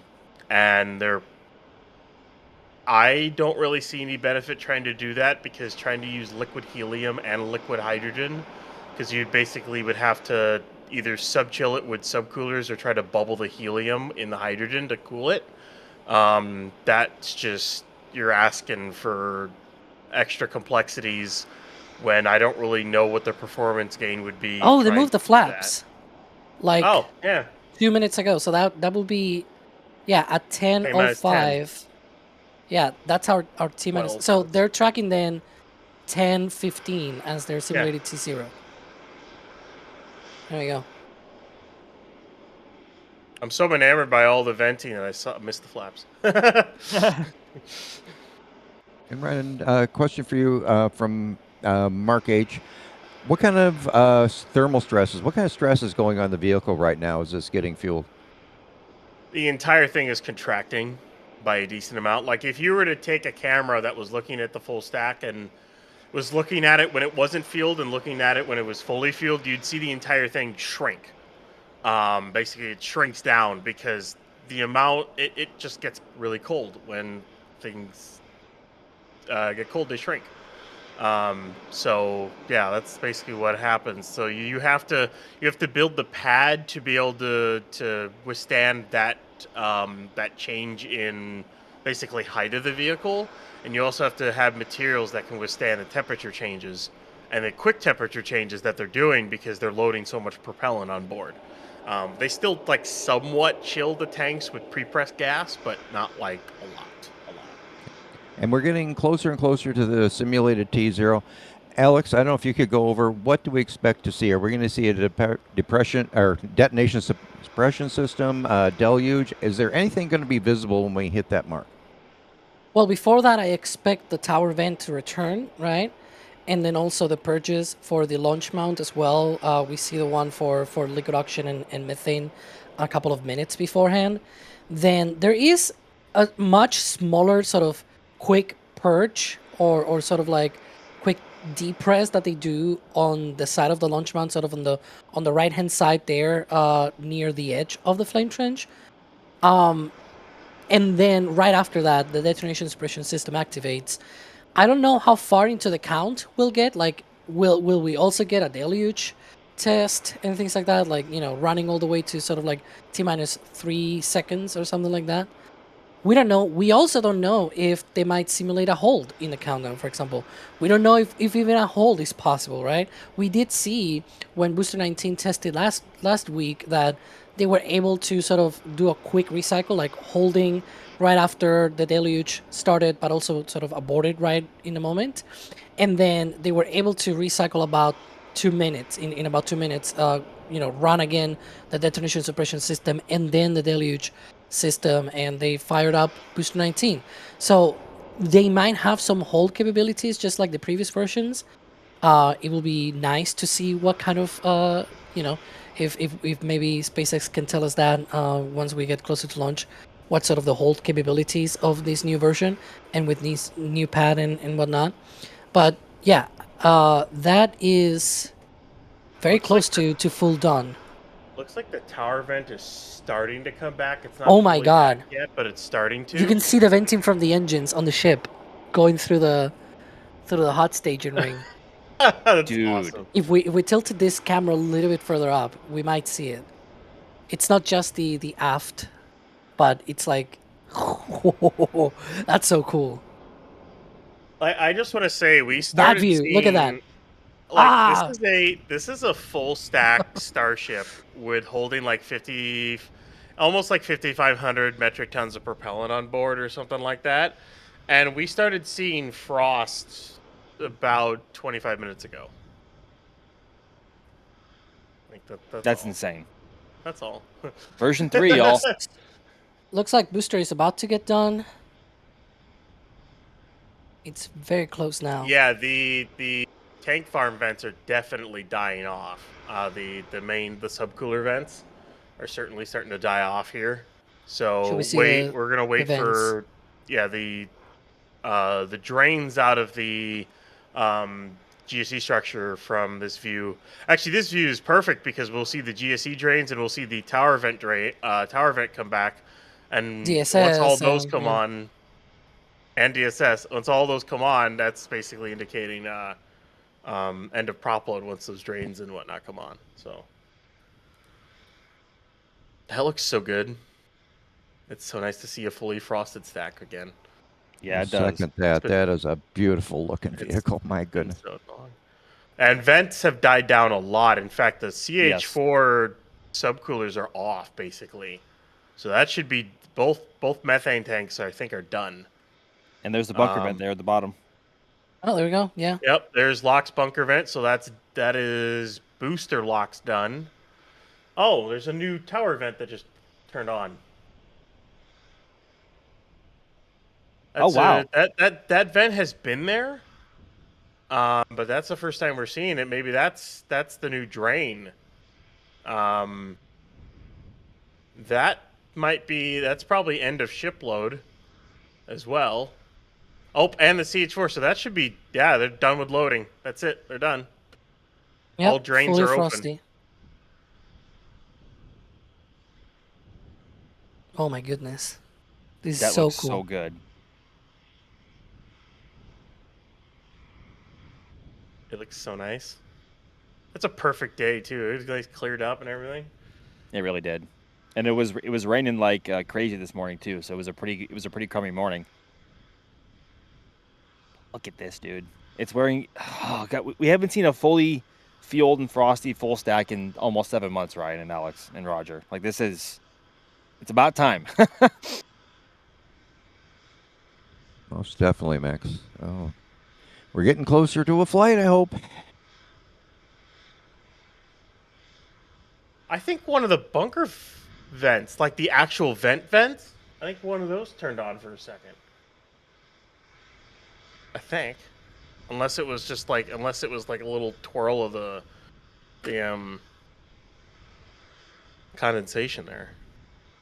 Maybe.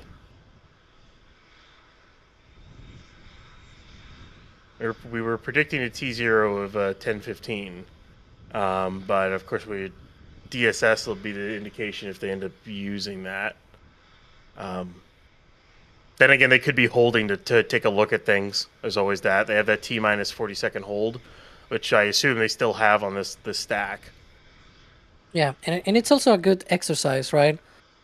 When we've seen this with SLS as well, and with many other rockets, in fact, where if you have the capability of holding, you normally want to test that capability, right? Especially in a new vehicle like this.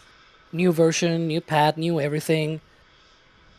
It's not a bad thing to sort of hold account and say, yeah, let's see if we can then resume and continue our countdown, or even like hold after you're already some time through the terminal count or whatnot, recycle back, all the things. But I would say that based off of when the drains went and everything else, and when they finished, I would say that the T0 was about 10-15 or so, at least a targeted. And it looks like they were going to hit that. But I think they're holding to kind of just check some stuff out because, as Alex was just saying, brand new everything, so they're probably looking a lot of things over. Maybe they'll try to do like a simulated abort and then restart and recycle or something if they can. And try to look at things.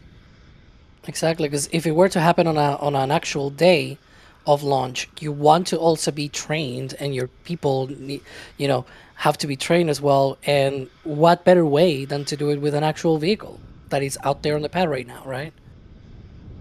Tower vent. Well, there's tower vent fully back, so draining that off.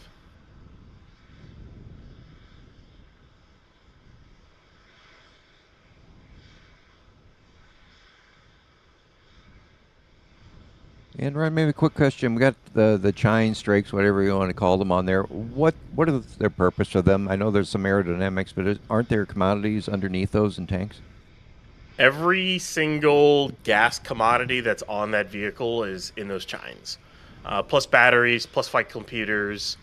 Basically, everything needed to run, like pneumatic valves or spin start the engines or ignite the engines, or even help bubble, or even help kind of press the tanks, especially pressing the landing tank and all that stuff. All that stuff is stored in the chines and COPVs, composite override pressure vessels.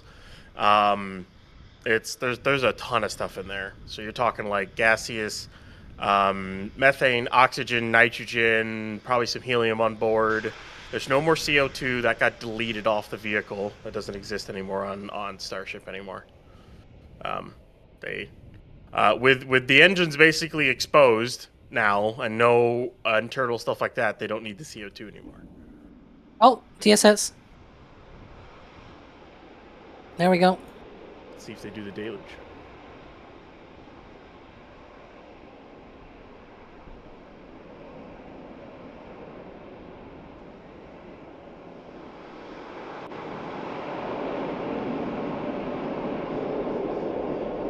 And that was it. Nice. Was that a full deluge, guys, or was it partial? That was a quick one. Yeah. For the trench, it was a quick trench deluge. That wasn't really much. That can go for like on nearly a minute. But yeah. Yeah. If the countdown that they run sort of aborted at engine ignition, that sort of tracked because the deluge was on for like maybe 5 seconds or so. That will be sort of, you start the deluge and then you get to the point in the countdown where the engines should ignite, but instead the system says, nope, I'm not going. And so the deluge also says, okay, then I'll shut down, right? And so that's basically what we saw. That's pretty much what we should have expected. So they run like from what we saw at the very least, it seems like they run all the way to like the moment of engine ignition. Right before that, I mean, not obviously with the engine ignition. That didn't happen. And assuming they're done, or when they're done, General Kim Orlina, thanks for the question, asking how long does it take to detank, and when will they start doing that? Well, it takes they detank with gravity. There's no pumps or anything, so it takes about an hour and a half to 2 hours. You can to fully detank and save the vehicle. Right now, it looks like the LOX bleed vents or the OLM vents, basically, they're kind of starting to turn back on. I'm trying to tell to see if the methane recondenser systems at the tanks are turning on or not. I'll have to take a look, but there's a solid chance they're into detank right now. I wouldn't be that surprised if they just started detanking. It'll take a little bit though.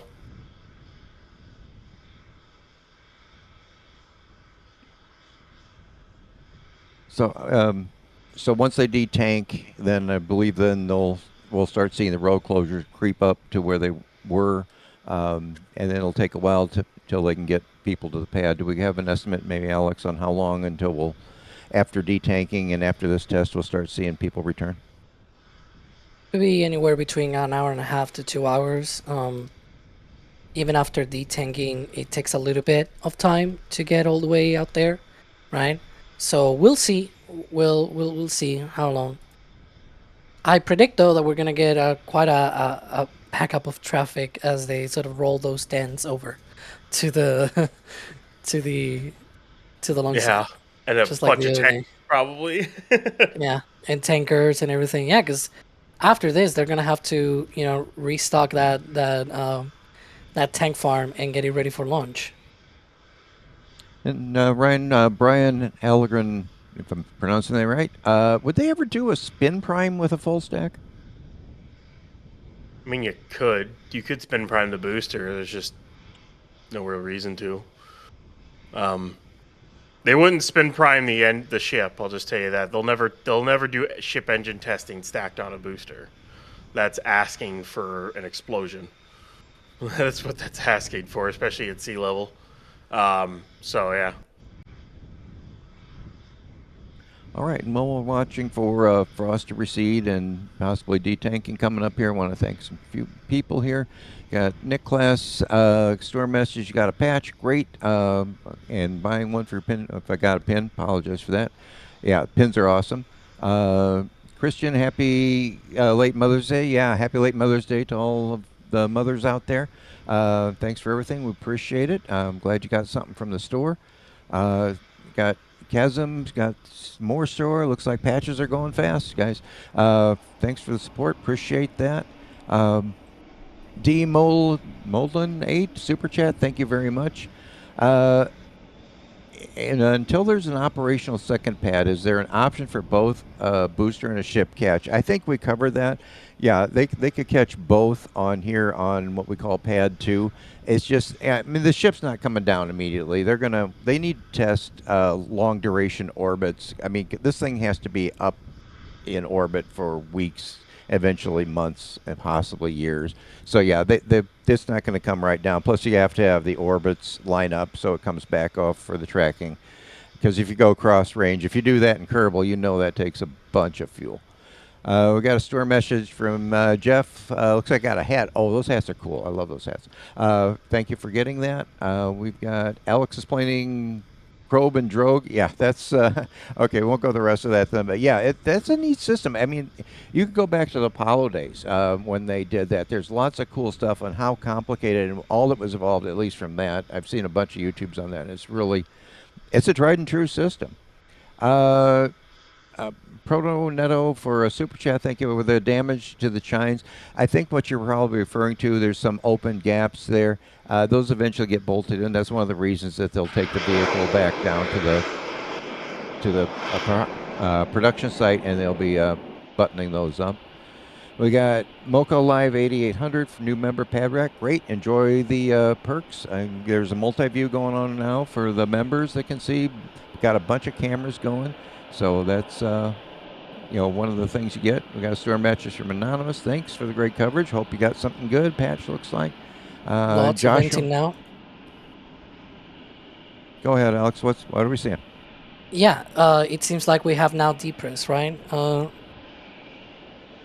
Yeah, we saw a really huge venting from the methane tank there, blowing into the tower. That was cool. And we see the drone as well up there. But yeah, we were wondering whether they were detanking or not. We'll see. That that wasn't a short deluge.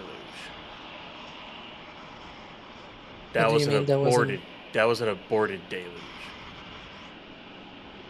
I think. Why do you say that? That was way too quick to be just a short one. The more I look at it. I put the times in the back channel if you want to look at them, but they sort of track with when you would expect things to shut down. Yeah, but that deluge is nowhere near long enough for a launch. Not even remotely close. That needs to be like 3 or 4 times as long to be for a launch. Well, Really? if they aborted, wouldn't that be shorter then? Well, that was short. That was like 5-10 seconds. That's all it was. For a launch, you'd expect that to run for like 30 seconds. So the times that I have here is that the depress of the OLM, sort of what happens at T-minus 40 seconds, happen at 10:18:00 a.m. Then the DSS, the detonation suppression system, activated about 16 seconds later. 16 seconds after that, the deluge activates, and then 5 seconds after that, the deluge depress vent activates, which essentially disables the deluge. It ran for 5 seconds, basically. Yeah, which is way too short. That seems like an abort to me, not a. I think that's what I would expect if it were to shut down at engine ignition. But I don't know. Who knows? Maybe it's an abort. Maybe they planned to run it that quick. But usually they've never run it that quick unless that they've aborted it. They never run it. That's the point. Like when we saw it, for example, on Pad 1, they never did it with the countdown. This is the very first time we see a wet dress rehearsal where they fire the deluge. That's true. So we're not used to seeing this being run this short while, simulating a countdown. You get my point? Yeah. Well, who knows? We'll see what happens on launch day. Some people were asking also, like, why did they not fire the top deck? And the reason is because the top deck only fires after liftoff. So if they were running the simulated countdown, then you don't want the top deck to be also activated, right? Because that's the one that activates after liftoff. They might fire it if the systems are okay and whatnot. They could fire them later into the count, just like we saw with Pad 1's deluge, right? I think I talked about this on Saturday, where on Pad 1 they used to do the entirety of the countdown sequence. They will detank the vehicles, and then sort of at the end, before people went to the pad, they will fire the deluge plate, which was kind of fun. But also, like, that could be done here as well with the top deck if they wanted to. And folks, those of you who've been following us and those that haven't, one thing full stack happens that we wait for, and I think you all get anticipating wanting, is the patches. So we've got a full stack. We got our patches in the store. We got a whole collection for this flight. We got patches, we got pins, we got etched whiskey glasses, hand etched and laser etched by Dan and his daughter Christian. We got T-shirts, hoodies, baby stuff, kid stuff. I think that's great that we got that. For the little ones, we got stickers and sun shirts and all kinds of mugs going there. And just so you know, the patch isn't just a random sort of thing. There is symbolism with each of the patches here. So it's representing the version 3 boosters in the middle at the top there. And then below that is the methalox. The methane exhaust is so unique. It has these mock diamonds. And if you ever get down there to see a launch, you can see those with your naked eyes coming out there. It's just a beautiful thing and just a force of the mock airflow or the fluid flow coming out of there. You got the new launch tower there on the left. And then on the right, you've got the legacy tower. So pads 2 and pads 1 and one patch. You also got the mount and the flame trench coming out there and the exhaust deflection. So if you've seen the static fire, that's really cool and really interesting how those things come out now with the new deflection down there. So we're looking forward to it. I know the team's down there. I know Max is down there. We got Caesar, Gage, and Colleen. We're working to set up cameras, trying to figure out the best angles for when this thing launches to bring it to you. So check out the store. Got lots of good stuff out there. Not only, for Flight 12 here, we got a bunch of cool stuff. I can't recommend the Hawaiian shirts high enough. Those are so cool. I love my Hawaiian shirts. So hope you'll check that out. And back to Alex and Ryan. Alex, what's happening right now? We'll be detanking. That's our guess right now. Yeah, you can see. It looks like they're definitely detanking right now, and you can even see the deluge depress running right there. So they're depressing that system. I see some people also confused why they didn't retract the quick disconnects, and those retract at T0. So again, if they stopped, say T-5 seconds in their countdown, simulated countdown, right? Then it's not happening. That's the thing. Things that are happening after that point in the countdown are not happening. And so you didn't see engines firing or, the top deck deluge activating. Also, of course, the quick disconnects don't retract. And similar thing for the hold downs. I mean, the hold downs wouldn't be able to retract, I think. So, yeah, because the full vehicle is sitting on them. So. And we got Max out in the field. Max, you had a good view. Where are you watching from, Max? Yeah, so as I said earlier in the stream, forgive the wind noise if any comes through. It's just some clouds came through and it suddenly got very windy here. I'm currently over at the Rocket Ranch outpost, about 3.5 miles from the pad. And Gage and I currently have a couple of feeds sending from here from a more distant perspective. And yeah, here you go. This is a classic shot here from a perspective that you could expect from an angle like this. But I do have to say, importantly, that we have to thank the folks at the Rocket Ranch a ton for them allowing us to be here this morning, and also for previous launch attempts, and also hopefully for this upcoming one as well. And also that launch tickets are available on their website right now for anyone to purchase and get a front row seat to the action for Flight 12 whenever that does end up happening, either later on this week or next. That is all dependent on the results from today. But you can watch from here as well. Just go online to their website and get your tickets for yourself. It is a phenomenal place to watch. It's a literal front row seat. I mean, we are about as far away from the pad as we normally are in Florida here. So. Yeah, the only people that are closer than us here are the actual SpaceX employees at the factory, but obviously we can't go there. But this is a wonderful place to go watch, and you can as well. So feel free to check them out. Good grief, I can't talk. Feel free to check them out on your own as well, and grab a seat for yourself, because this is a truly it's a phenomenal perspective. Yeah, you said it, Max. Yeah, I get to watch from our other spot, but I've seen one from Rocket Ranch. They have an unobstructed view to the pad, which is really great. I mean, you see everything there. They put on a great. I think they have a food truck there. They bus you in from a remote location. They bus you out. again, shout out to Rocket Ranch. It's just a great place to see it. And the cool thing about when you're there and anywhere if you're watching, when this thing goes, you see it all the way through hot staging. You can see the orange, well, at least on the version 2, is the orange coming out at the hot stage. You can see the booster thrusters going on as it does its turn back, as it burns. And then you have to make a decision. Are you going to watch the ship go, or are you going to watch the booster? I tend for the booster. But yeah, again, shout out to Rocket Ranch. They do such a great job. I'm going to thank a few more people here. We got Randall. Glad to have the cadence picking up. Got something from the store. That's great. Yeah, we're looking forward to more flights, more better. Got Infinity Tech becoming PadRap member. Hope you enjoy that. It's got a lot of good perks. Like I said, we got a members multi-stream that's available. We're gonna have lots. You have access to photos and other streams that come out, and lots of good stuff for the membies. I can't pronounce that. Looking back, a thermal coating bottom is super heavy. Isn't using this same paint or coating as Falcon 9. I don't know, Ryan, if you know about that coating that's in the bottom. Any ideas on what that could be and what it's for? It's definitely not the same, but continue, Ryan. It's not the same, but it's just a paint. And Ship is gonna get it on its aft dome as well. It's just I don't think it's gonna have it fully on this flight. Maybe the next flight it'll have it fully on. Looks like they painted like a panel on 39. Maybe they'll do a little bit more when it's back in the bay for a little bit, but we'll see.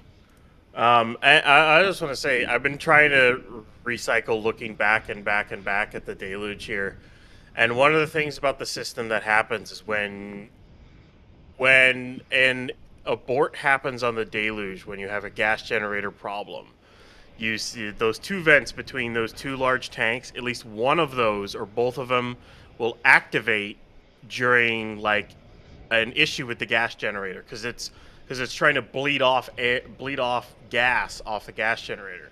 So that it looked like those activated slightly alongside the massive pressure release. So that could have been a gas generator hard stop abort on the deluge right there. But it's really hard to tell from a really long range camera. But either way,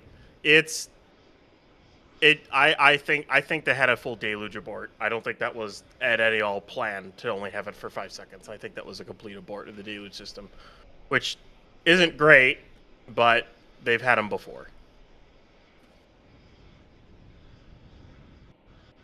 All right. Again, a few more thank yous coming out here to a store message from Anonymous. Glad you like the coverage. Walking from the UK. Great. I'm glad we got a worldwide audience. That's so cool. We got a great a great viewers and great community that watches us. So the weather in these two shots look different. Yeah, it can. It's weird down there. I mean, I know Florida. Max, you can attest to this. The weather changes dramatically, but some of this is with camera aberrations and where we're looking from. But yeah, it can change quickly down there. We got Hedge Comfort with a super chat. Thank you very much. Thanks for the great community live. Yeah, you guys are an awesome community. It's just so great to share this passion with all of you. And Leonard, 84-year-old watching from Melbourne, Australia in bed. Hey, I'm glad you could be there. You got a little on me, but I'm of the Apollo generation, and I'm just so excited about this renaissance in spaceflight. It's like it's the heady days of Apollo when it was going bang, bang, bang, bang, bang. And not only SpaceX, you got Blue Origin, you got Stoke, you got Rocket Lab, all these. It's just so much fun, and so happy for all you that are experiencing this for the first time. You got Stuart with looks like getting a patch. Please hold patching in progress. By all means, patch early, patch often. NSF from Brooding Jet. Detank, what % of the methane and LOX is saved? I don't know, Alex, would you know how much they save? I guess reclaim. Good majority. Maybe. Yeah, a good majority. So obviously they try to reclaim as much as they can. They lose a little bit to boil off for the oxygen. They lose a lot less for the methane because they have the reclaim system, right? The oxygen they just vented off.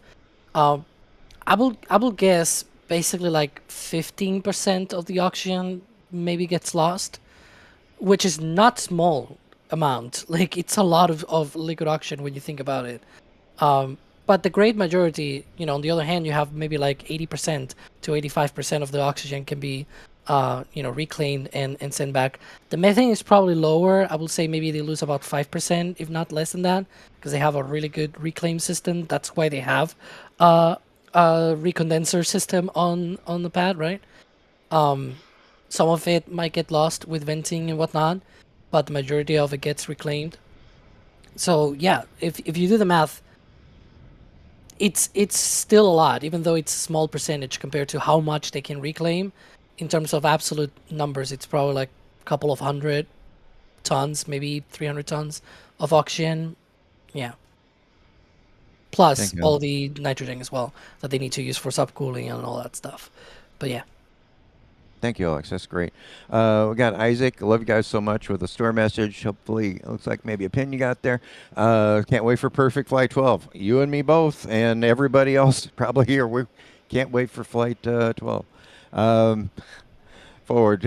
Trust Ryan to dampen the mood. No, Ryan's great. Ryan's always chipper. He's the most upbeat person here. I'll attest to that. Smoky Outpost becoming a Pad Rat member. Great. Enjoy the stuff you get with that. Anonymous store message. Looks like got a patch. Appreciate the support here. Appreciate from Robert coverage of Wet Dress Rehearsal. It's our pleasure. It's our passion to do this. We got a great team out here bringing this all to you. Thanks for buying something from the store. John, love you guys. Hey, we love this community too. Thank you very much for supporting us with the store. Got Jeff, favorite patch design so far. Yeah, we got a lot of cool patches. This one is really neat. I like it a lot, and it's hard to pick a favorite from them. Maybe Alex, I'll go back to you with this one. Alexander with a store message, but look, a pin here. Do we generally, when we get wet rehearsals and things like this, you have any idea when they might might actually announce a launch date from SpaceX? I wouldn't be surprised if it were to be like later today or tomorrow, right? Some sort of tweet saying full stack test of Starship version 3 complete, targeting X day pending regulatory approval, something like that.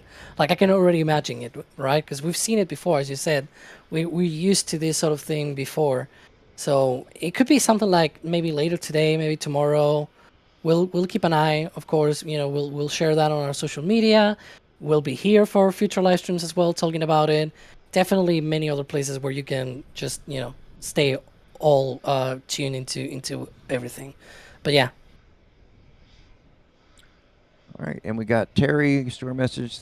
Did you get the whiskey glasses? Oh, great. Those things are cool. It said perfect for an old-fashioned. Oh, yeah, I'm an old-fashioned forever. But, yeah, they're suitable for soft drinks and anything you would like to put in them. And we got Anonymous with a store message. New patch, tops the last. I'm glad you like it. They're great there. Let's see what we got here. Amy, following on with Ryan, I'll shoot this one to you. What's next? What happens to these vehicles? Are they staying there? Are they going back to the pad or to the production site? What's going to be happening?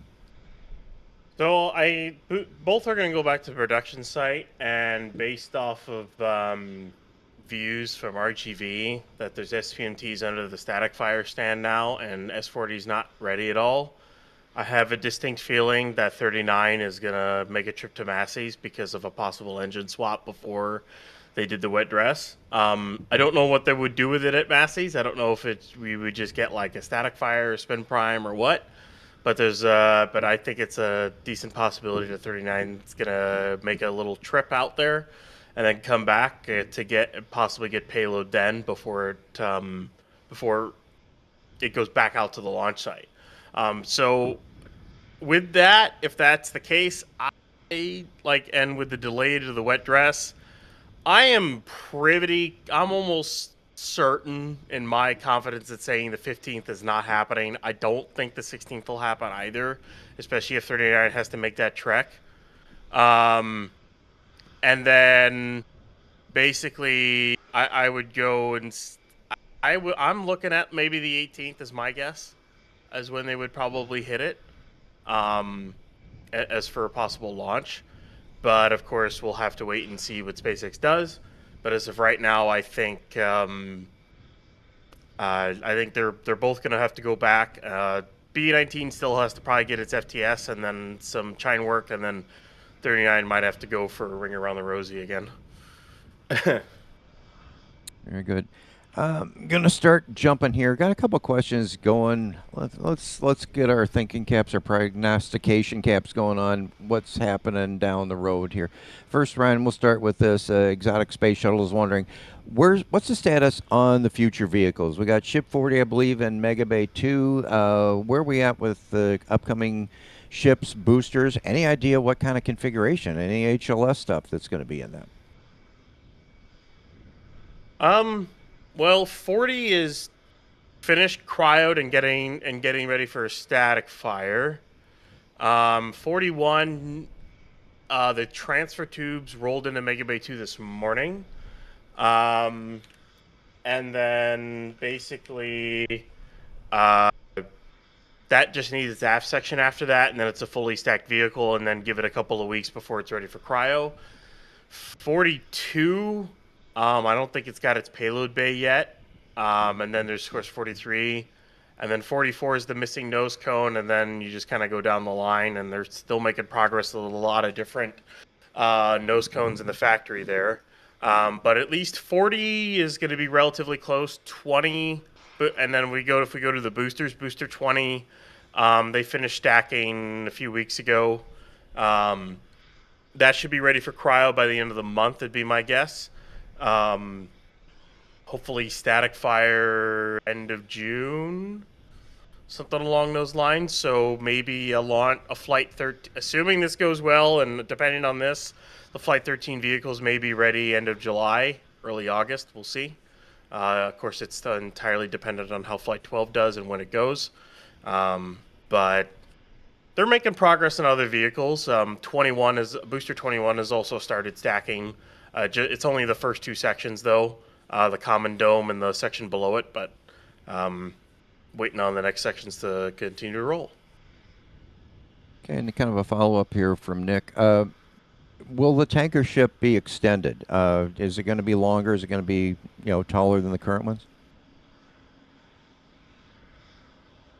That's an interesting one,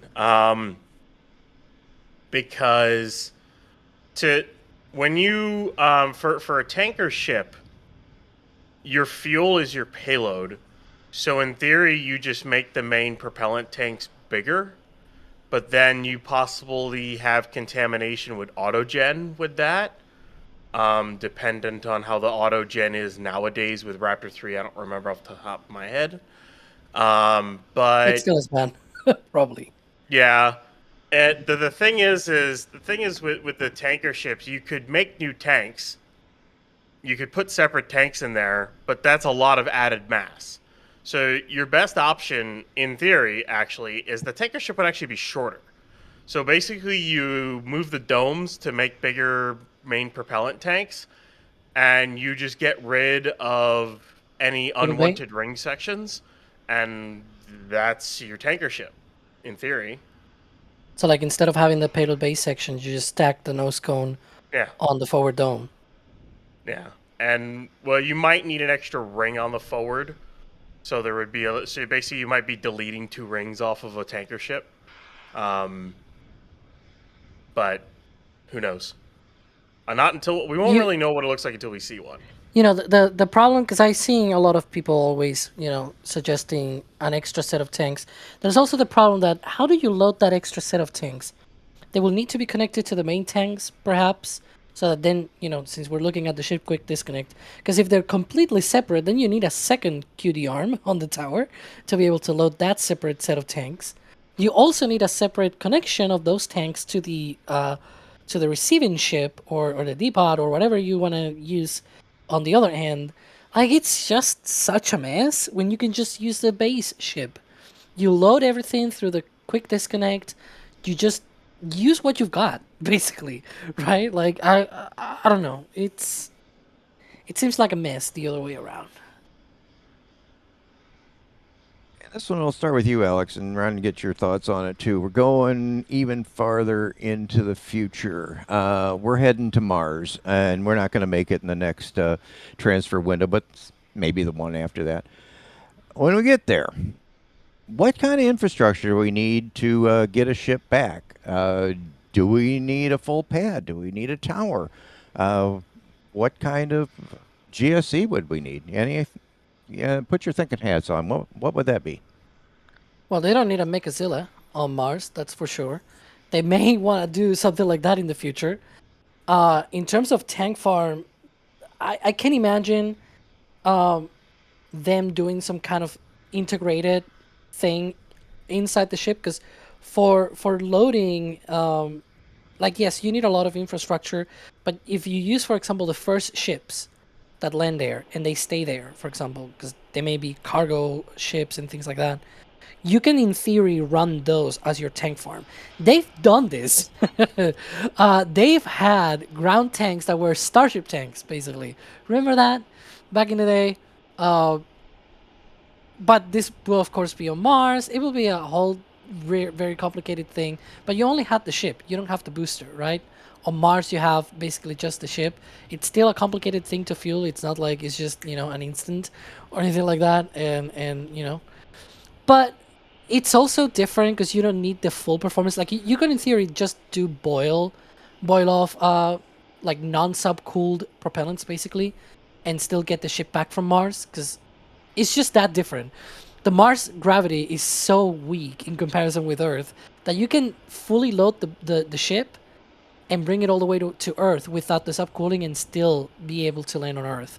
Like, you will still have propellant left to be able to bring back people or cargo or whatever you want to bring back from Mars. That's on paper. We'll see in actuality, right? When they actually go through that many years from now. But yeah, that's one of the benefits, that you probably don't need the subcooling. You probably don't need a lot of the things that they have to use here on Earth to be able to boost the performance of the Starship. And you also don't have the booster, which is a very, very big plus. Ryan, you got anything to add to that? No, that's Alex pretty much covered it all. Okay. Well, we're at Mars. Let's go with Nick. I appreciate that last question.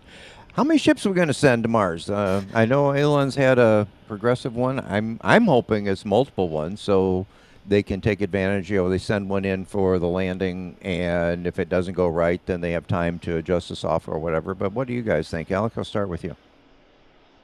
I think probably about a dozen of them might need to go out there and deliver enough infrastructure for a ship to be able to come back. In the long run, it's not going to be a lot. Again, in the long run, they still have plans for many of them to go all the way out there, but I think it's going to take, you know, about what you can get maybe in about a dozen of these starships. And that's assuming they all land, which is not a guarantee the first time around. For sure. It's going to be, was it 15 minutes of terror down there? Okay. I want to give a shout out to our moderators that moderate all these streams, and this one also. You guys are the great. And if you guys want to go take a break for a little bit, I'm going to ask the question, hey, thanks for joining us. We've got 15,000 plus people here. Where are you from? Why don't you show us in chat where you come from, where you're watching from?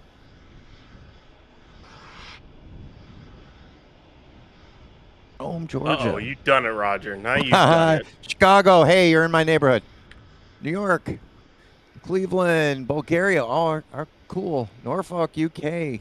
Oh, it's going so fast. Brussels, Wisconsin. Hey there. London, Ireland, Cornwall. Oh my gosh. Poland, Minnesota, Taiwan, Toronto. Oh my, such a great community here from all over the world, and it's so great to be able to share. South Korea, Madrid, Netherlands. Oh my God. So Michigan. Okay, again, Washington, Chester, UK. Marion, Illinois. Hey, I know where that's at. Portugal, Conroe, Texas. Yeah, I stay out there by Conroe, Texas when I was a camper. Somewhere in the solar system. Yeah, hopefully most of us are in this one. If you're out in another one, please tag us in chat. We'd love to talk to you. Greece, Albania, Arkansas, Australia, Denmark, Europe, Maryland, Miami, New Jersey. Wow. Hungary. Rick is in Asgard?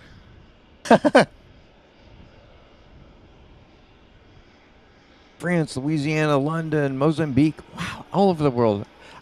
I don't know if anybody was from Antarctica, and I don't know if he's listening to LSR, one of our great socials guys. And if you want anything on the social media, LSR is our guy. I think he operated from Antarctica once, which was, I think, blew me away, but he'll correct me if that was not correct. So Salt Lake City, France, Scotland, Starbase, Texas. Hey, that's a great place to watch this from. Where else we got? Burbank, the Shire. Great. Worldwide, Michigan. Oh, thanks, guys. Appreciate it. Again, great community. I appreciate getting to share this with you, and all the things coming down the road here. Okay, what do we got here? I think some more people here. Patrick, Bob, as always, you're always there. You're always supporting us, and much, much appreciated. Gifted 20 Red Team memberships. I hope you all that got them will really enjoy that. We got Douglas with a store message. It looks like maybe got a patch or a mug there. Well, my eyes are going. From Scotland. Oh, so cool. Glad you're from there. Who remembers JP Patches? I'm not sure what that is from the store message, but if somebody knows who that is, put it in chat. Anonymous got a store message. Appreciate the support from our store team. Thanks for that.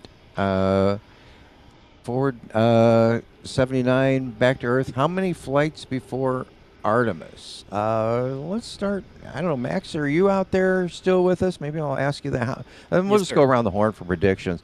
Got Artemis 3 coming up. How many flights do you think SpaceX and Starship are going to need before they're ready to go on that mission? And Max, if you're ready, go for it. And then I'll go to Alex and Ryan. I think the simple answer there is many.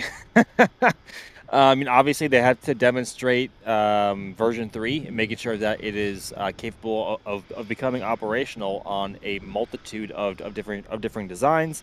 Not to mention the in-orbit prop transfer.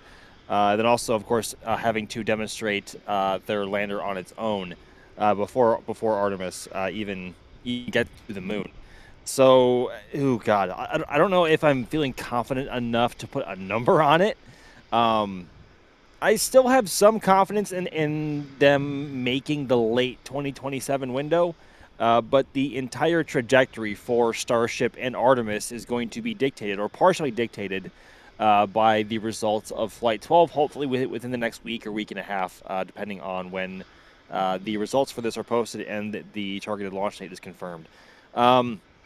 I know it sounds like kind of a cop-out saying many, but they have a lot to demonstrate on Starship before they even get to that point, and not to mention the fact that we haven't even seen any actual Artemis hardware for Starship beyond the HLS mock-up over there next to the Rocket Garden. We think that Ship 44 might be an HLS flight article, because we haven't seen that nose cone since it was pulled off the production line in September of last year. But that's all speculation. We have nothing to confirm that or back that up. That is just us just kind of spitballing there. But I don't... There's a lot left to come, and Starship has a lot to prove before we get to that point. I think that's my answer on that one. Okay, Alex, what's your thoughts? How many launches do we need from Starship to get to Artemis 3? Artemis 3. Okay, because I was going to ask, which Artemis mission, right? And I think it's probably going to be about a dozen of these launches until we get to Artemis 3. We'll see, but there still needs to be a lot done in terms of flight testing. They still need to get to orbit. They still need to return the ship.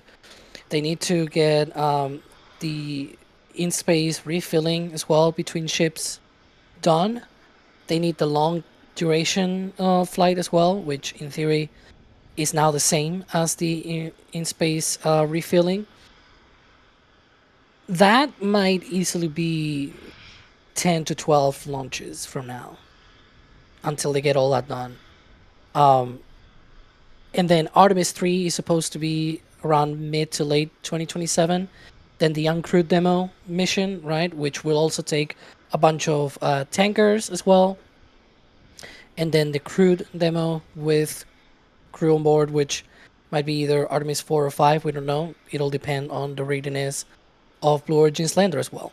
And Blue Origin, they only have the MK1, that endurance lander, which may or may not launch by the end of the summer.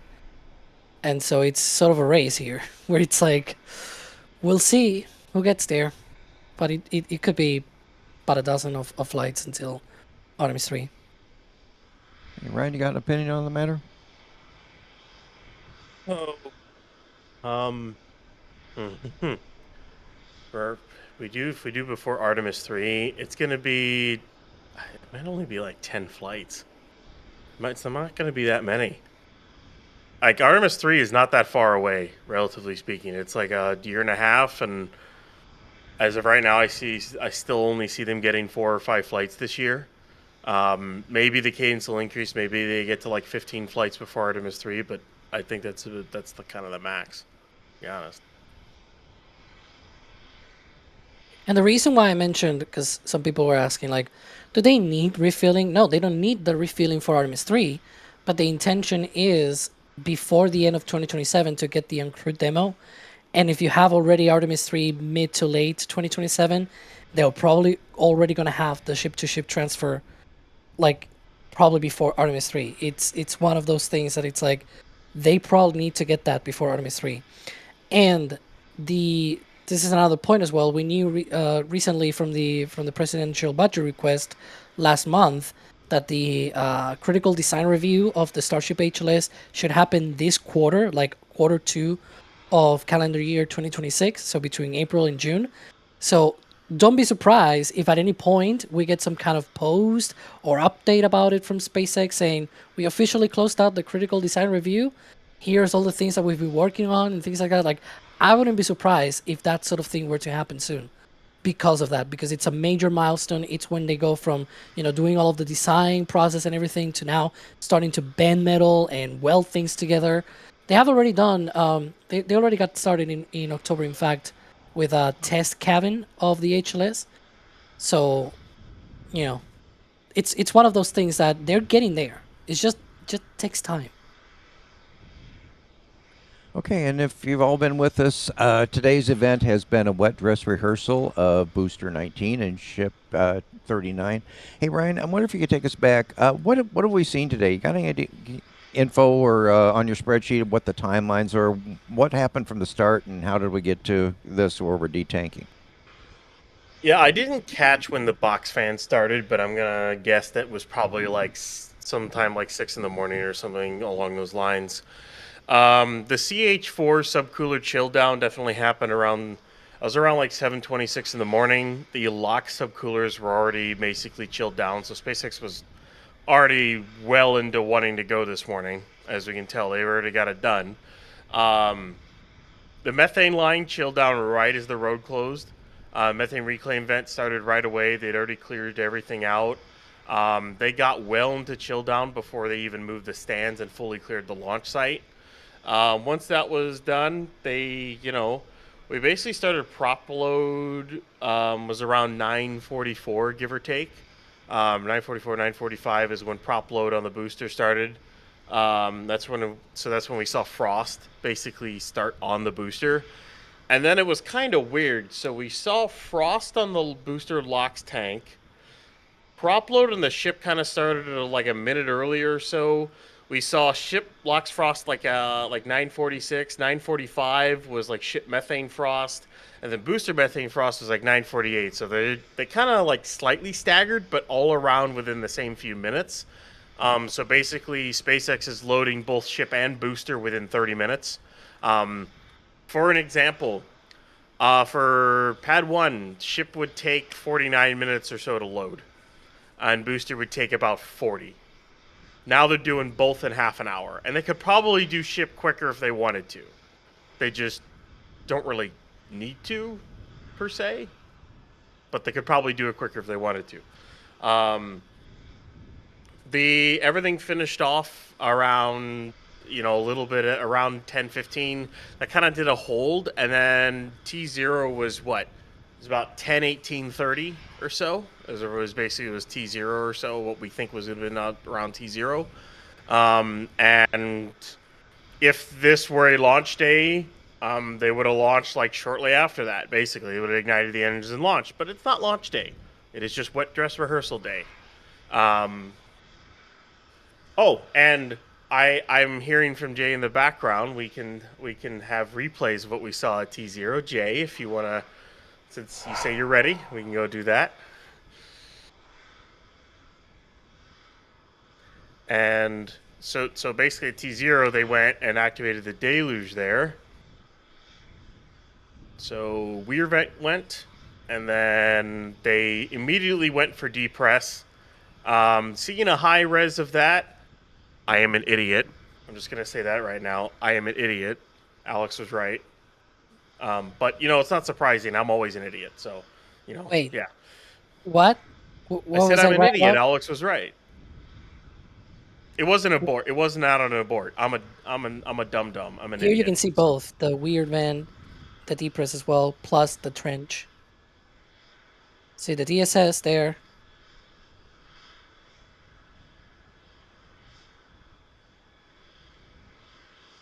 And Here comes the deluge. There you go. See? And 5 seconds later, boom, depress.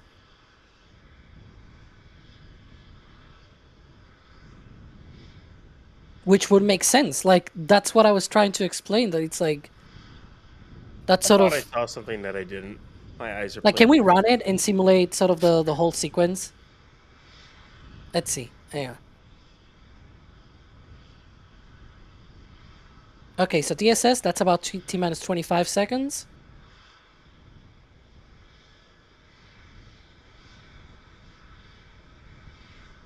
And then you get the deluge, T-minus 10, 8, 7, 6, 5, and then abort. See? I suspect that now they can run the engines at full thrust. They probably will start the engines sort of like T-minus 4 seconds or T-minus 5 maybe. I don't know. We'll see. But it will sort of fit with that. Those were very fast seconds, Alex. No, if you look at it is quick. It is. I mean, 5 seconds is fast. If you look at the top left, you'll see what I mean. I actually wrote down the times, and it's 5 seconds. It was 10:18:33 a.m.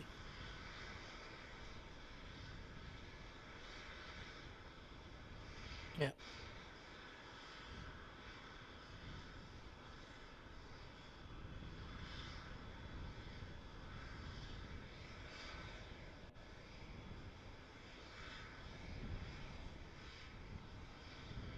Yeah, it sort of will simulate. So if you were to go to a launch day, you fill up the vehicles, then you get to the final seconds, the deluge activates, and suddenly, oops, there's an engine problem or something like that. We're not firing today. Boom, and then they shut down everything. Abort. See, DSS also shutting down, and gone.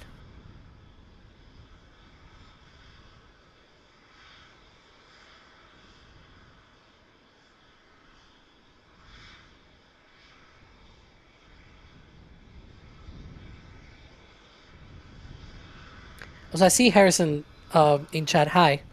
I can see chat.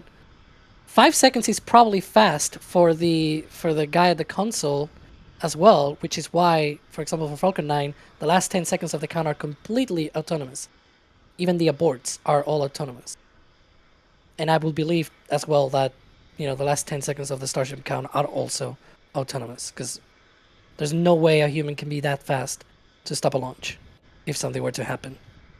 Especially with all the things that they have to look at during that final portions of the count.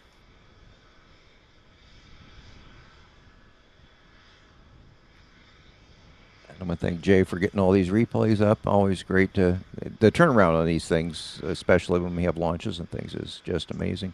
I want to thank some more people here. Got Dayoust, membership upgrade to Capcom, all fantastic. You get Discord, you'll get information on how to get to that great Discord community that's out there. Lots of great topics. Again, some great folks that are in there. Jeffrish is $30 super chat. First, thank you for that. Could they add a valving mechanism to load a second tank? Would this eliminate the need for a second fill connection? Would it not? I'm not sure what that refers to. I don't know, guys, if you got a thought on it. Are they talking about the extended tanker ship? I'm not sure. I mean, it will need to be something like a header tank of sorts, right? Because that's what they do with the header tanks. They still get loaded through the main QD, but you still need a valve system, a manifold system as well, in order to be able to separate both. But it also overly complicates, like, you're basically adding another set of tanks when you can just extend the existing ones. It's just a mess. It's a lot more complications for, what it could be.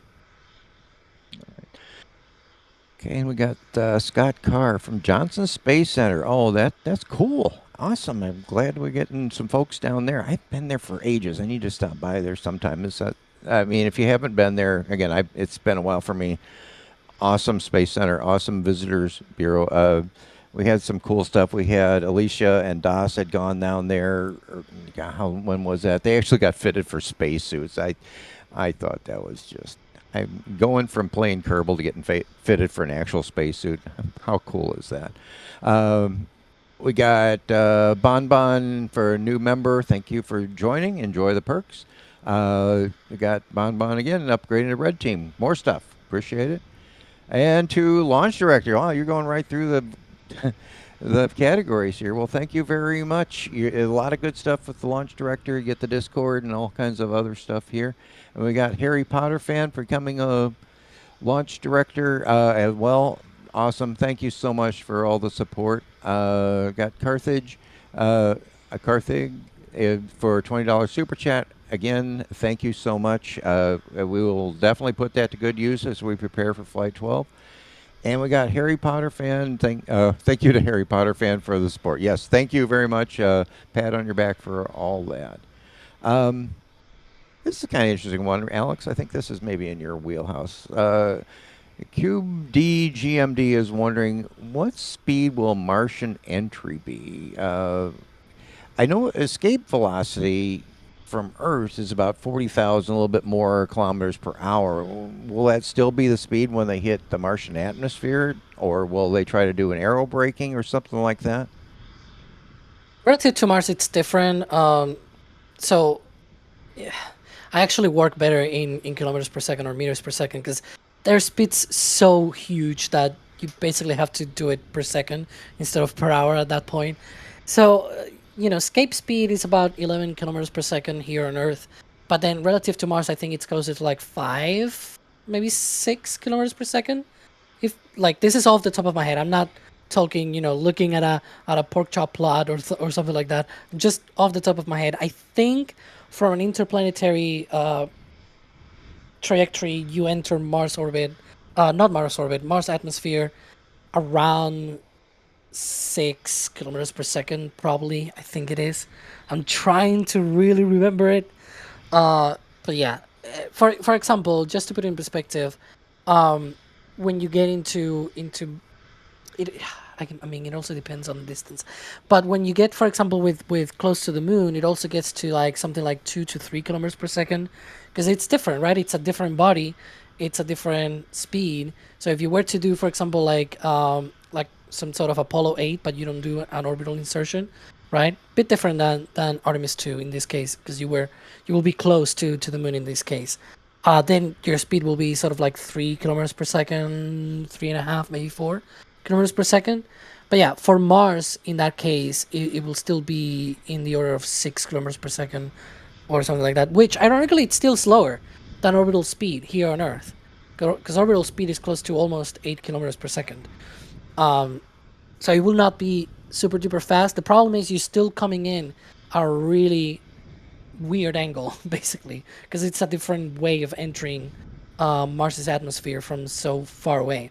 But yeah, the actual complicated entry will be the entry back on Earth from interplanetary speeds, because that's again 11, 12 kilometers per second. That's hot. That is quite a spicy re-entry. And is that faster than coming back from a lunar orbit?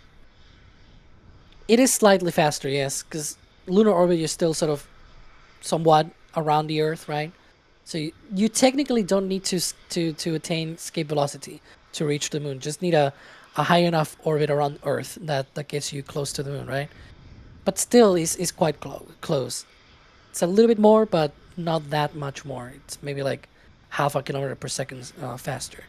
It also depends where you're coming from. Again, it's all relative, orbital mechanics and all that stuff.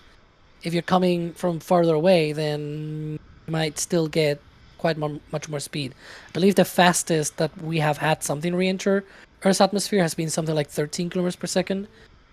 I think it was... I cannot recall if it was the Stardust mission or something else, but whatever. Let's get back to Starship, perhaps. Well, so as we're detanking, I think we're seeing, we got up on the screen right now, we're back to the normal roadblock. We got sheriffs there, so that's a good sign that they're getting closer to getting the road back. Still be a little bit. But Ryan, I'll probably put this one towards you. I got a quick thought on this as far as David P. is wondering. We got a full closure now. I think it goes to 8 p.m. for this. Any chance they would use this for the rollback? Or I'm thinking they want to get that beach open and they do a road delay. But do you got any thoughts on that? Yeah, they would just open the road. It's going to be a while before they fully safe everything. Get the sticks around the vehicle. They got to get the transport stands back in. They got to line up the ship transport stand and then destack the ship and all that other stuff. That's going to take a while. They may not have that even done till tonight. I think the earliest the ship rolls back would be midnight tonight, if not tomorrow morning. We'll just have to see how long it takes them to get to that point. But they won't use this full closure. They'll open the beach as soon as they can, and then they'll figure out destacking. Because remember, they haven't destacked a ship off this pad before.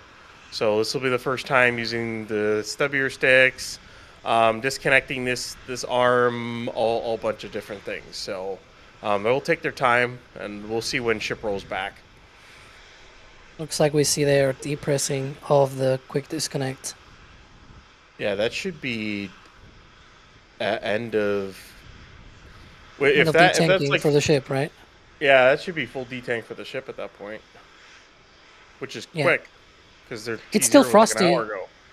Yeah, some people might see it frosty and be like, no, it's still loaded. No, that's just because the tanks are still that cold that the frost is still sticking. But we can see some confetti there of ice falling off. So obviously that frost is going away as we speak. But yeah, it will look like detanking is mostly complete on the ship now. We saw these depress, remember, on Saturday when they aborted? And for recap, and Ron, maybe I'll go back to you for this one. Okay, well, this was the second attempt on the first one. We didn't get to prop load. Can you just recap again why that didn't happen? For the best that I can tell is due to the winds and some other things, the tower vent very likely couldn't drain any liquids or gases properly. Like it was getting circled back inside the drain.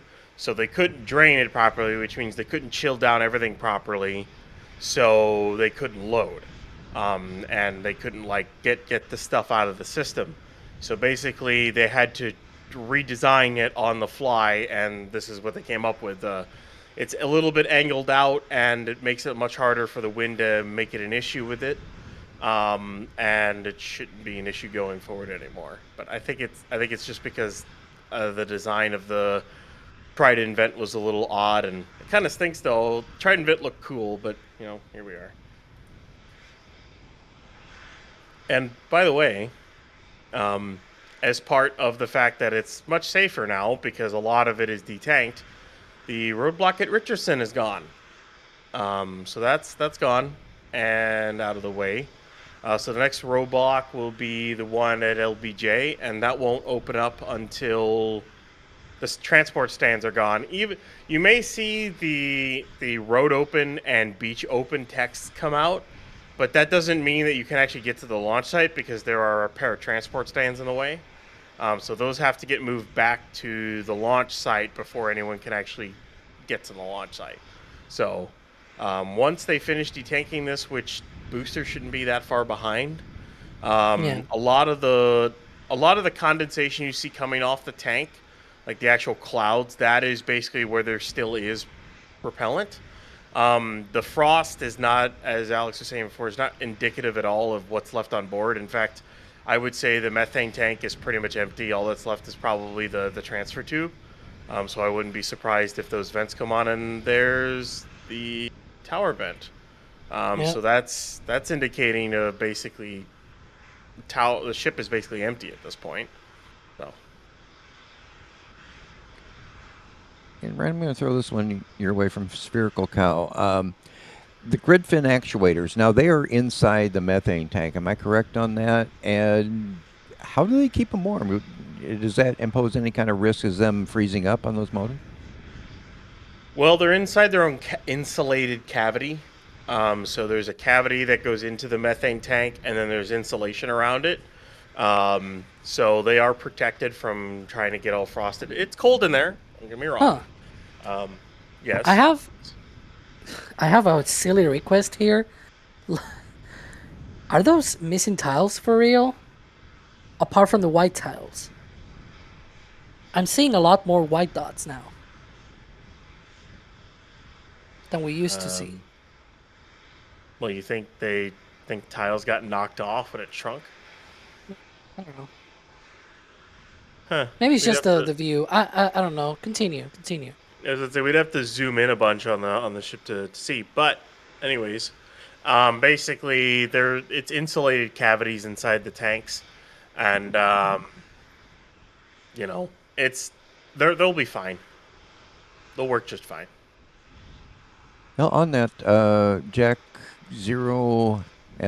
Tilt. Okay. Anyway, I was wondering, did we see any action on the grid fins? Did they get any exercise during this test? If they did, I didn't notice. The flaps, we did see them at T-minus 10 minutes, as usual. I don't know, it felt like maybe some fell off. I have no idea. Like, I saw more white little dots than before. Maybe it was just a trick of the eye, but let's see. We're doing that tilt now. Never hurts to check, right? That's what we have. No. The cameras. Yeah, quick shout out to Pizza, one of our camera operators is probably running this thing. He does a great job. Thank you, Pizza, for this pan up. Sorry, Jack. Yeah, tilt up, not pan. Huh? Maybe one there? Maybe? Yeah, one little tile there. Couple more. I know those were already there. There's two orange there in the middle? Is that? And then the missing tile, that is for sure a missing tile, but that was on purpose. Like, that was already there. Actually, before. No, I don't think there's anything. I don't think there's anything. I think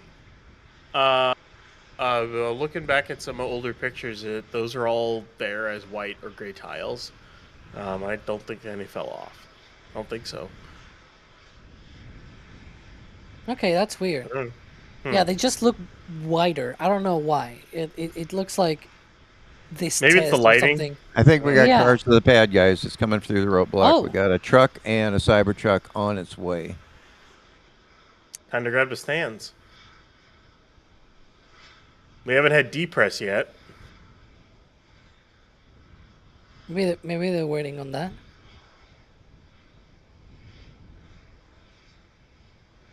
But yeah, once this thing is fully detanked, they'll depress the tanks, and we'll get vents all over. It's funny. We were doing that tilt before, and I pointed out the one missing tile is actually black. Like the area where they actually had the missing tile. Again, that was before any of this testing. It was on purpose, probably. So yeah, but it's black. It's actually not white. So I should have expected that. If I see more white, it's probably still the same tiles. I expect that they're going and getting ready to move the transport stands as soon as they can, rather than last time, because last time it took them forever to get there, and there was a massive traffic jam. I think they want to get these transport stands back into the launch site as soon as they possibly can. So they won't move them yet. They'll very likely wait till full depress because, technically speaking, you still have 2 vehicles that are at at least pressurized, or like decently pressurized, and they're not going to want people near those. So we're waiting for full depress on both vehicles, and then once that full depress happens, you'll probably see the vents really engage again as they dump out any excess gas and liquids, and then once they deem it safe enough, they'll move the transport stands back and open the road. Yeah. Okay. And I don't know, Alex, if you know this one, probably too early, but they don't have a launch license yet, do they?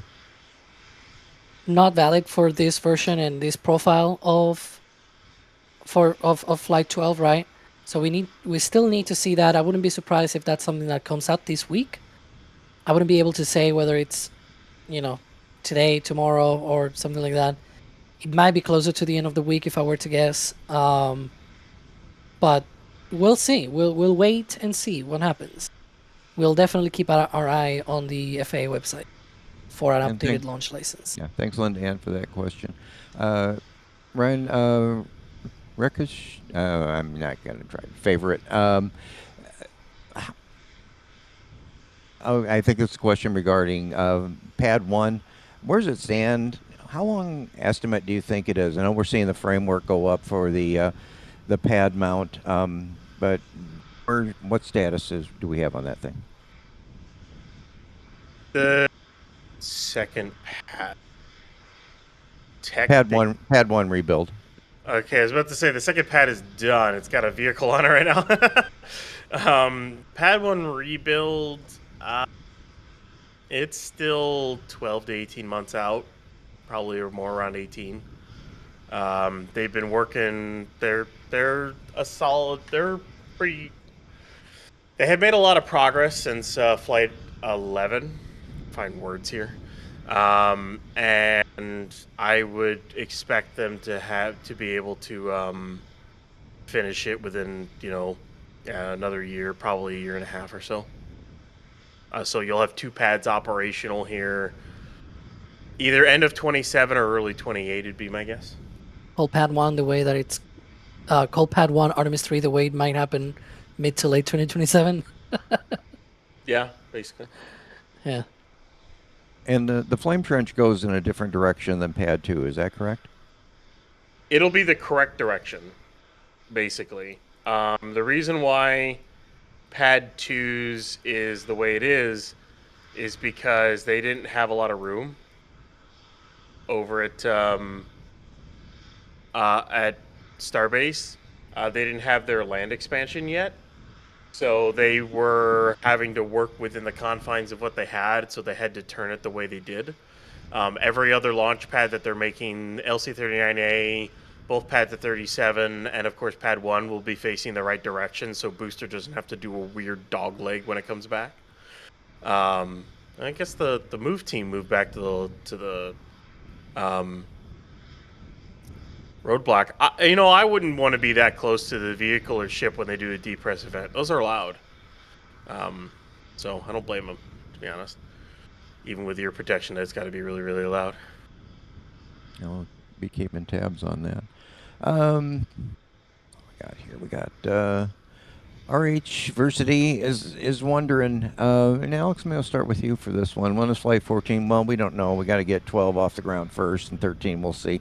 But let's go to a more general question. Do you think by Flight 15 we'll be up to propellant transfer? And do you think they'll go for a ship catch on Flight 14? Will that be too soon? Let's get to Flight 12 first. Yeah. Because you never know what might happen, right? I just don't see if Flight 12 is so perfect, then I can see perhaps, let's say, ship catch 14 or 15 on either of those flights, but it really needs to go perfect, right? And it's just hard on the first try to get Flight 12 off. I mean, perfect, right? Like a little issue here and there might not be good enough for them to say, okay, we'll catch on the next one. We've seen this before, right? So, as for everything else, propellant transfer is definitely not going to be on Flight 15, and there's so many reasons why I think that, let's say that there's just a bunch of other things that they still need to test first. First of all, they need to get into orbit. Hopefully, maybe that'll be Flight 13. Maybe it's Flight 14. And then we'll see. Because propellant transfer, you need a dedicated ship that can be in orbit for a prolonged period of time. Because you have one ship waiting and then the other catching up. The one catching up can be just 48 hours, just baseline version 3.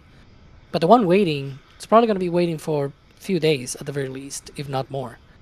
So it needs to also be modified. We need a ship that can actually, endure that long. So we'll see. Cool. We got awesome Eustace. Max, got this one for you, or from you've been on site at Florida a lot. Can you give us an update on Roberts Road? What's happening there? What's happening with the Gigabay? Any signs of a factory being built there yet? As far as we can tell, the actual factory, not quite yet, because a lot of the land that will eventually have Star Factory 2.0, as we call it, because it'll be about 1.5 times bigger than the one here, believe it or not. It's still, a lot of it is still either holding hardware or is a parking lot for employees, because Gigabay is still going up. Excuse the wind. Still going up, but it is at its final height and is beginning to receive a lot of its roof structure now as well. So Gigabay is coming along very well. We expect it to be either storage and or servicing vehicles that are barged in from Florida, because obviously they have no way to actually build them in Florida yet without Star Factory. But that is coming along rather well so far. I mean, it's ahead of the bay here in Starbase, believe it or not, by a good bit, despite starting off on, I think it was the west side that went up more than the east side first, which was kind of curious.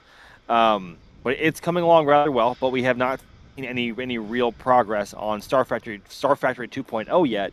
But we expect that to be around a couple of years away at least, because it is a big facility and they have to fill it with a lot of people and a lot of hardware to build what is required for Starship assembly. So I mean, Hangar X and Hangar X2, I mean that is where they process Falcon 9 first stages, and Hangar X2 is where they used to, or I shouldn't say used to, is where they process and encapsulate Starlink V2 mini satellites, maybe Starlink version 3 once Starship is operational here. But that is also where they manufacture the Starship TPS tiles as well, as is over in Hangar X2. So those are chugging along as they normally would. And all of the tower segments that were staged over there are now currently at Space Launch Complex 37, waiting to begin stacking for Starship's first launch facility over there. We expect 4 towers in total over there, 2 launch and 2 catch. The 2 catch ones will be a bit shorter. But Florida Starship, I guess progress is coming along pretty well.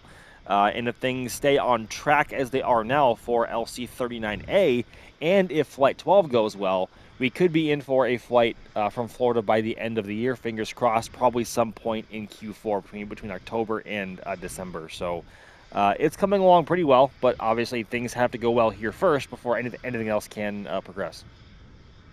And stay tuned to Space Coast Live. We usually have that facility up on the screen a lot of times.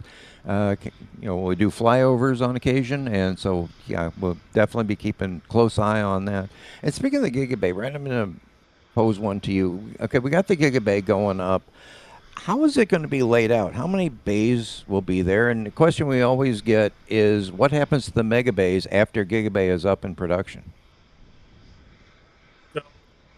At Gigabay, there's 24 separate work cells. There's 2 transfer aisles, and there's going to be 12 per each transfer aisle. For the one in, because the Star Factory is supposed to be located in a certain location in Roberts Road. There are 6 stacking cells for that, and each stacking cell has its own bridge crane. And then the one in Starbase, the stacking cells are basically on the Star Factory side, so they'll hook into Star Factory and be able to roll sections in through the side of the Gigabay through a connected Star Factory. And basically, one side's going to be for construction, the other side's going to be for servicing. Is kind of what my expectation is. Is they'll be able to stack a ship or booster on the turntable. We don't know if booster will still use two turntables like it does now. They may find a way to put it down to 1, but the transfer tube kind of makes it difficult to do that. And then I suppose the landing tank, and then move it on to a work cell on the other side of the transfer aisle, work on it there and finish it, and then it goes out for like cryo and static fire, because they'll likely get to a point at which they don't need to thrust sim every single vehicle anymore.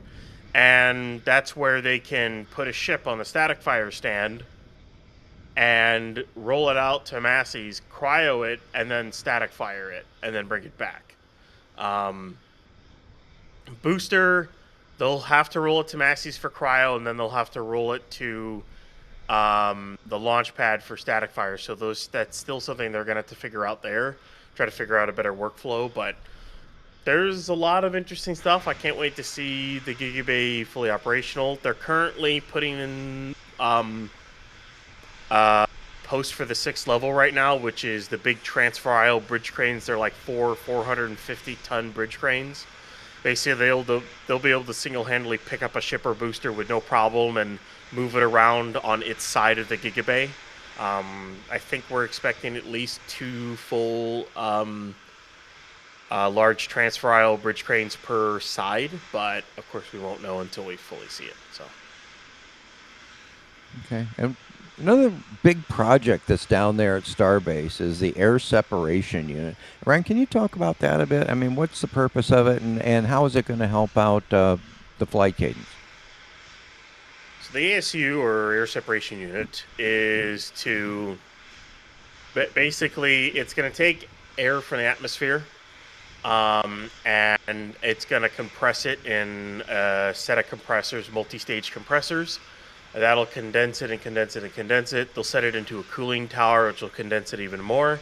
Once it gets into a liquid, because nitrogen and oxygen have different liquid temperatures, they liquefy at different temperatures, they'll be able to split them, and then they go through a purification process.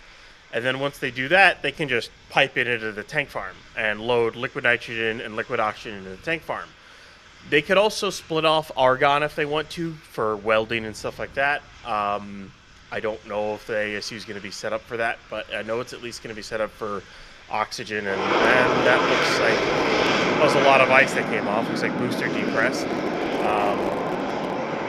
And then for methane, the plan is to build a liquefaction station in the new expansion area, and then route a natural gas pipeline to the launch site, and then just liquefy that natural gas and use it as their methane for the tank farm. So that's they have a couple of different plans, and then of course for water, they're bringing in a water line from Brownsville to fill the water deluge tank. So they're trying to reduce all the trucks that they can into the launch site. Oh, thanks, Ryan. Some more thanks going out here to Daniel. Daniel, a new member, become a pad rat. Great. Enjoy the stuff. You got some new perks coming in there, some new content you can see. STL Casper Super Chat, thank you very much for that.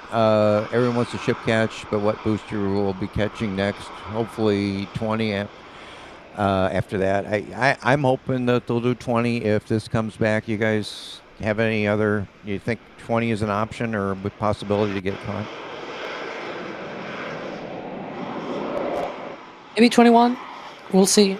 Feels to me that In a sense, Flight 12 is sort of like a prototyping flight, if you will, of version 3, and then you've got your first actual serialized flight, if you will, on Flight 13. And then if you get, if they get a splash out on both, then I can see maybe Booster 21, Flight 13, no, Flight 14, excuse me, being a catch then.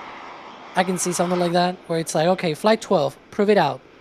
Flight 13, actually, you know, test that it's not a fluke or something like that. And then Flight 14, now bring it back. I can see that for the booster. I will see how well it goes on Flight 12. Again, it really needs to go well for them to be able to move on. Yeah, so looking forward to that. And we got Nicholas, kind of similar question. Thank you for the store message, and you're getting, looks like a patch. Plan to catch booster this time on Flight 12? No, they're definitely not going to be catching the booster, and like Alex said, it may not be on 13 either. And Eddie, happy birthday to Big Eddie White. Love from Haley. I hope you're not looking at the screen. You might be seeing your birthday gift here. But hey, everybody wish Eddie White a big happy birthday out there. Happy birthday, Eddie, from all of us here. Okay, Alex, I'm going to get you from BRNR MDT. On-orbit refueling. How do they transfer the fuel from one vehicle to the other? Is it pressure? Do they spin them? Or, you know, what's that mechanism? So there's no spin. That's one of the things. If you were to spin the ships, by the way, you will not get the fuel where it needs to get. Because they connect leeward to leeward side, right? Not TPS to TPS, or even, you remember butt-to-butt connections back in the day, right? That was a thing back in the day. That is not happening this time around. So it's sort of like back-to-back, right? If you were to consider the TPS side, the belly, so it's sort of this side of the ship, and you can actually see some vents there. They fire off not straight out, but sort of like angled. Like they're angled sort of to the back of the ship, but also to the sides. One of them is actually firing there on the right-hand side. Those are actually the vents are going to be used for this. So if you can imagine, you have a ship docked to another. They are back-to-back. What do you need in order to be able to transfer the propellant? Well, the propellant is floating around in the tanks and whatnot, and you've got the connection of one ship to the other for transferring fuel, right? Propellant in general, because fuel will be only in methane. So you have that connection. You need the propellant to be able to go to that connection, and it's on your back. So what do you need? You need a way to simulate, in quotes, gravity. So you have thrusters that fire in the opposite way. Those vents that we see there fire out the back, and that produces your simulated gravity. And that settles the propellant against the interface with the other ship, right?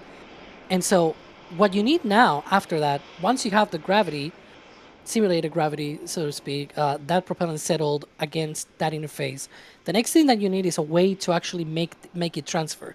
Because if you open the valves and every pressure is equalized and everything, you don't get any fluid across that. What you need is a pressure differential. So they will raise the pressure tanks so they will depress the receiving tanks, right? And then the donator or donor tanks, I should say, the donor tanks will sort of raise their pressure, and now you got a pressure differential and propellant settled against the interface. And what do you get? The fuel will just transfer through, and so it'll be pushed out basically. No pumps, nothing that is active or anything, only that, the thrusters themselves. And that's how you get the propellant transfer. It's complicated because they are very big ships, right? It's a very big vehicle. You still have, before any of that, to dock the two ships together. They need to come together. And it's not easy with those blobs of propellant.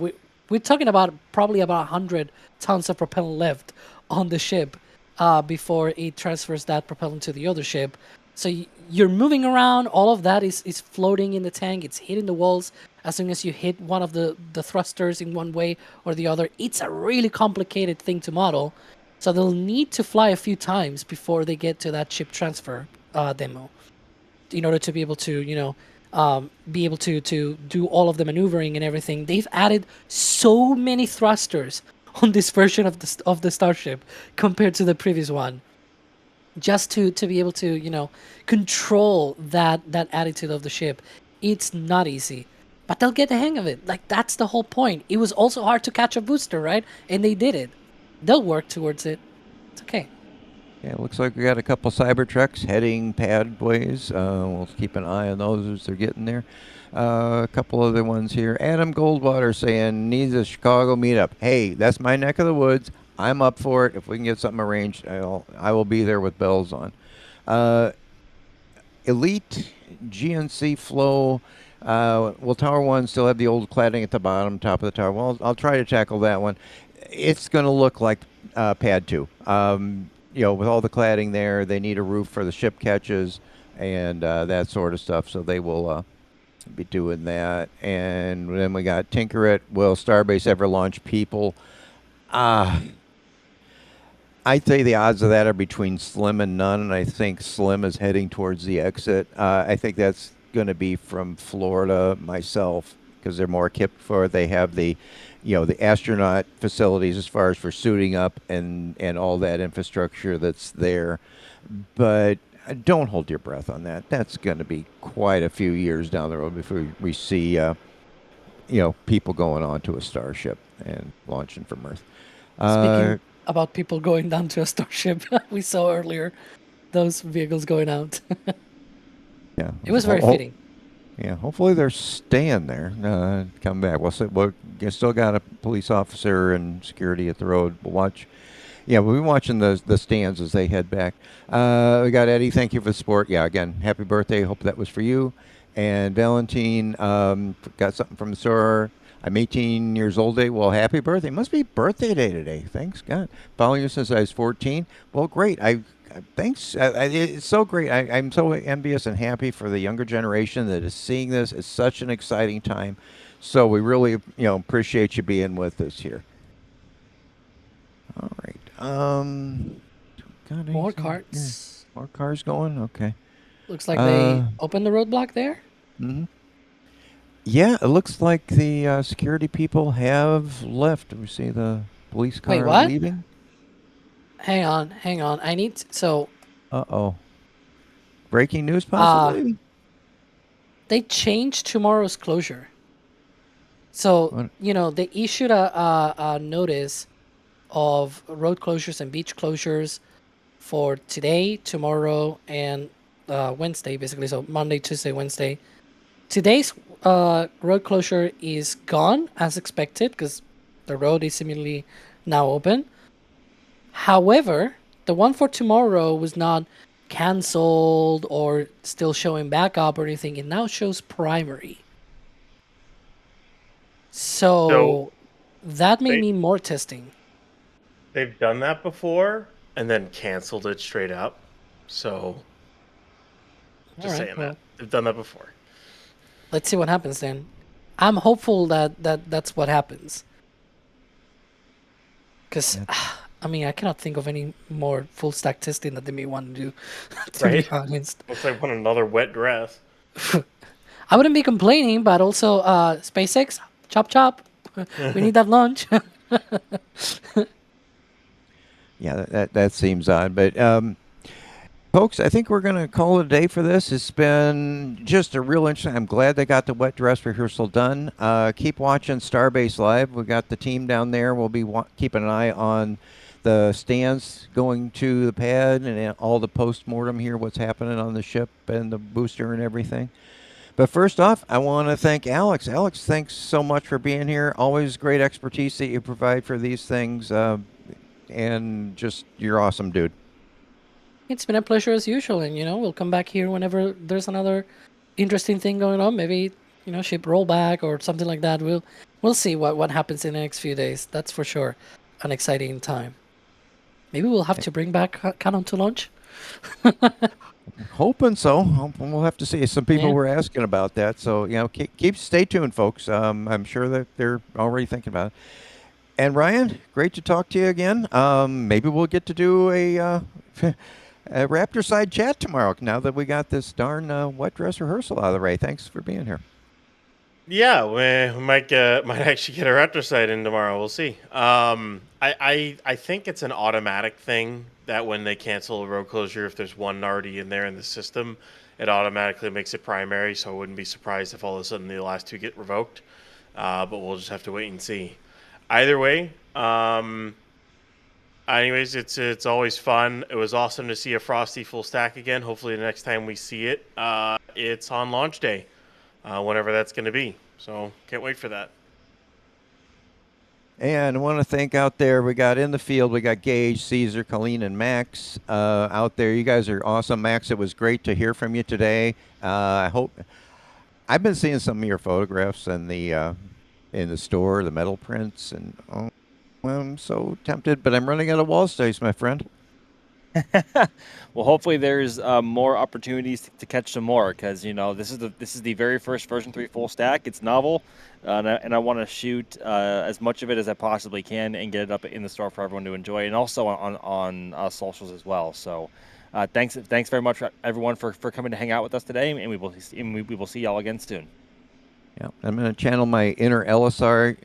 You want to keep up to date. We got Facebook, we got X, we got Blue Sky, we got all kinds of stuff out there. Any social media you want, we are there, and we'll keep you informed on this. I want to shout out to Pizza on the camera operating today, and anybody else that was helping with that, and to our chat moderators. You guys are the best. You're always keeping things civil and chat. Rocket Ranch. We want to shout out to our friends at Rocket Ranch.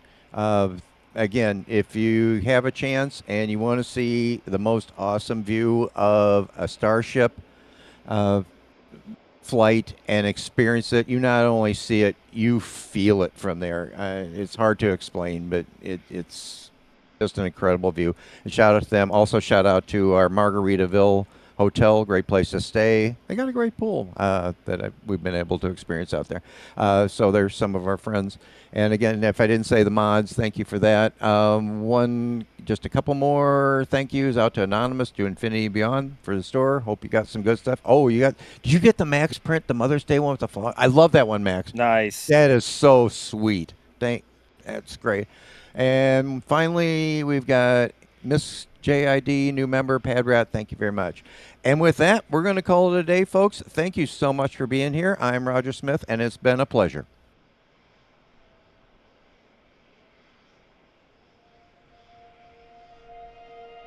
And here we go.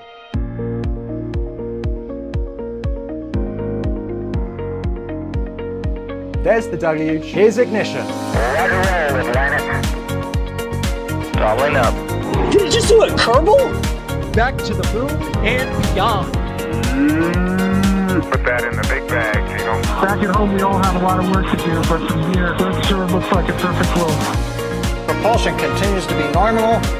We did have an observation. 343 unfolds to go. It's orange! Water towers can fly!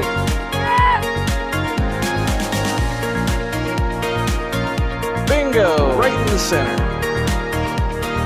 Where's Jacqueline? There it is! That was surreal. That's not what we want to see. No!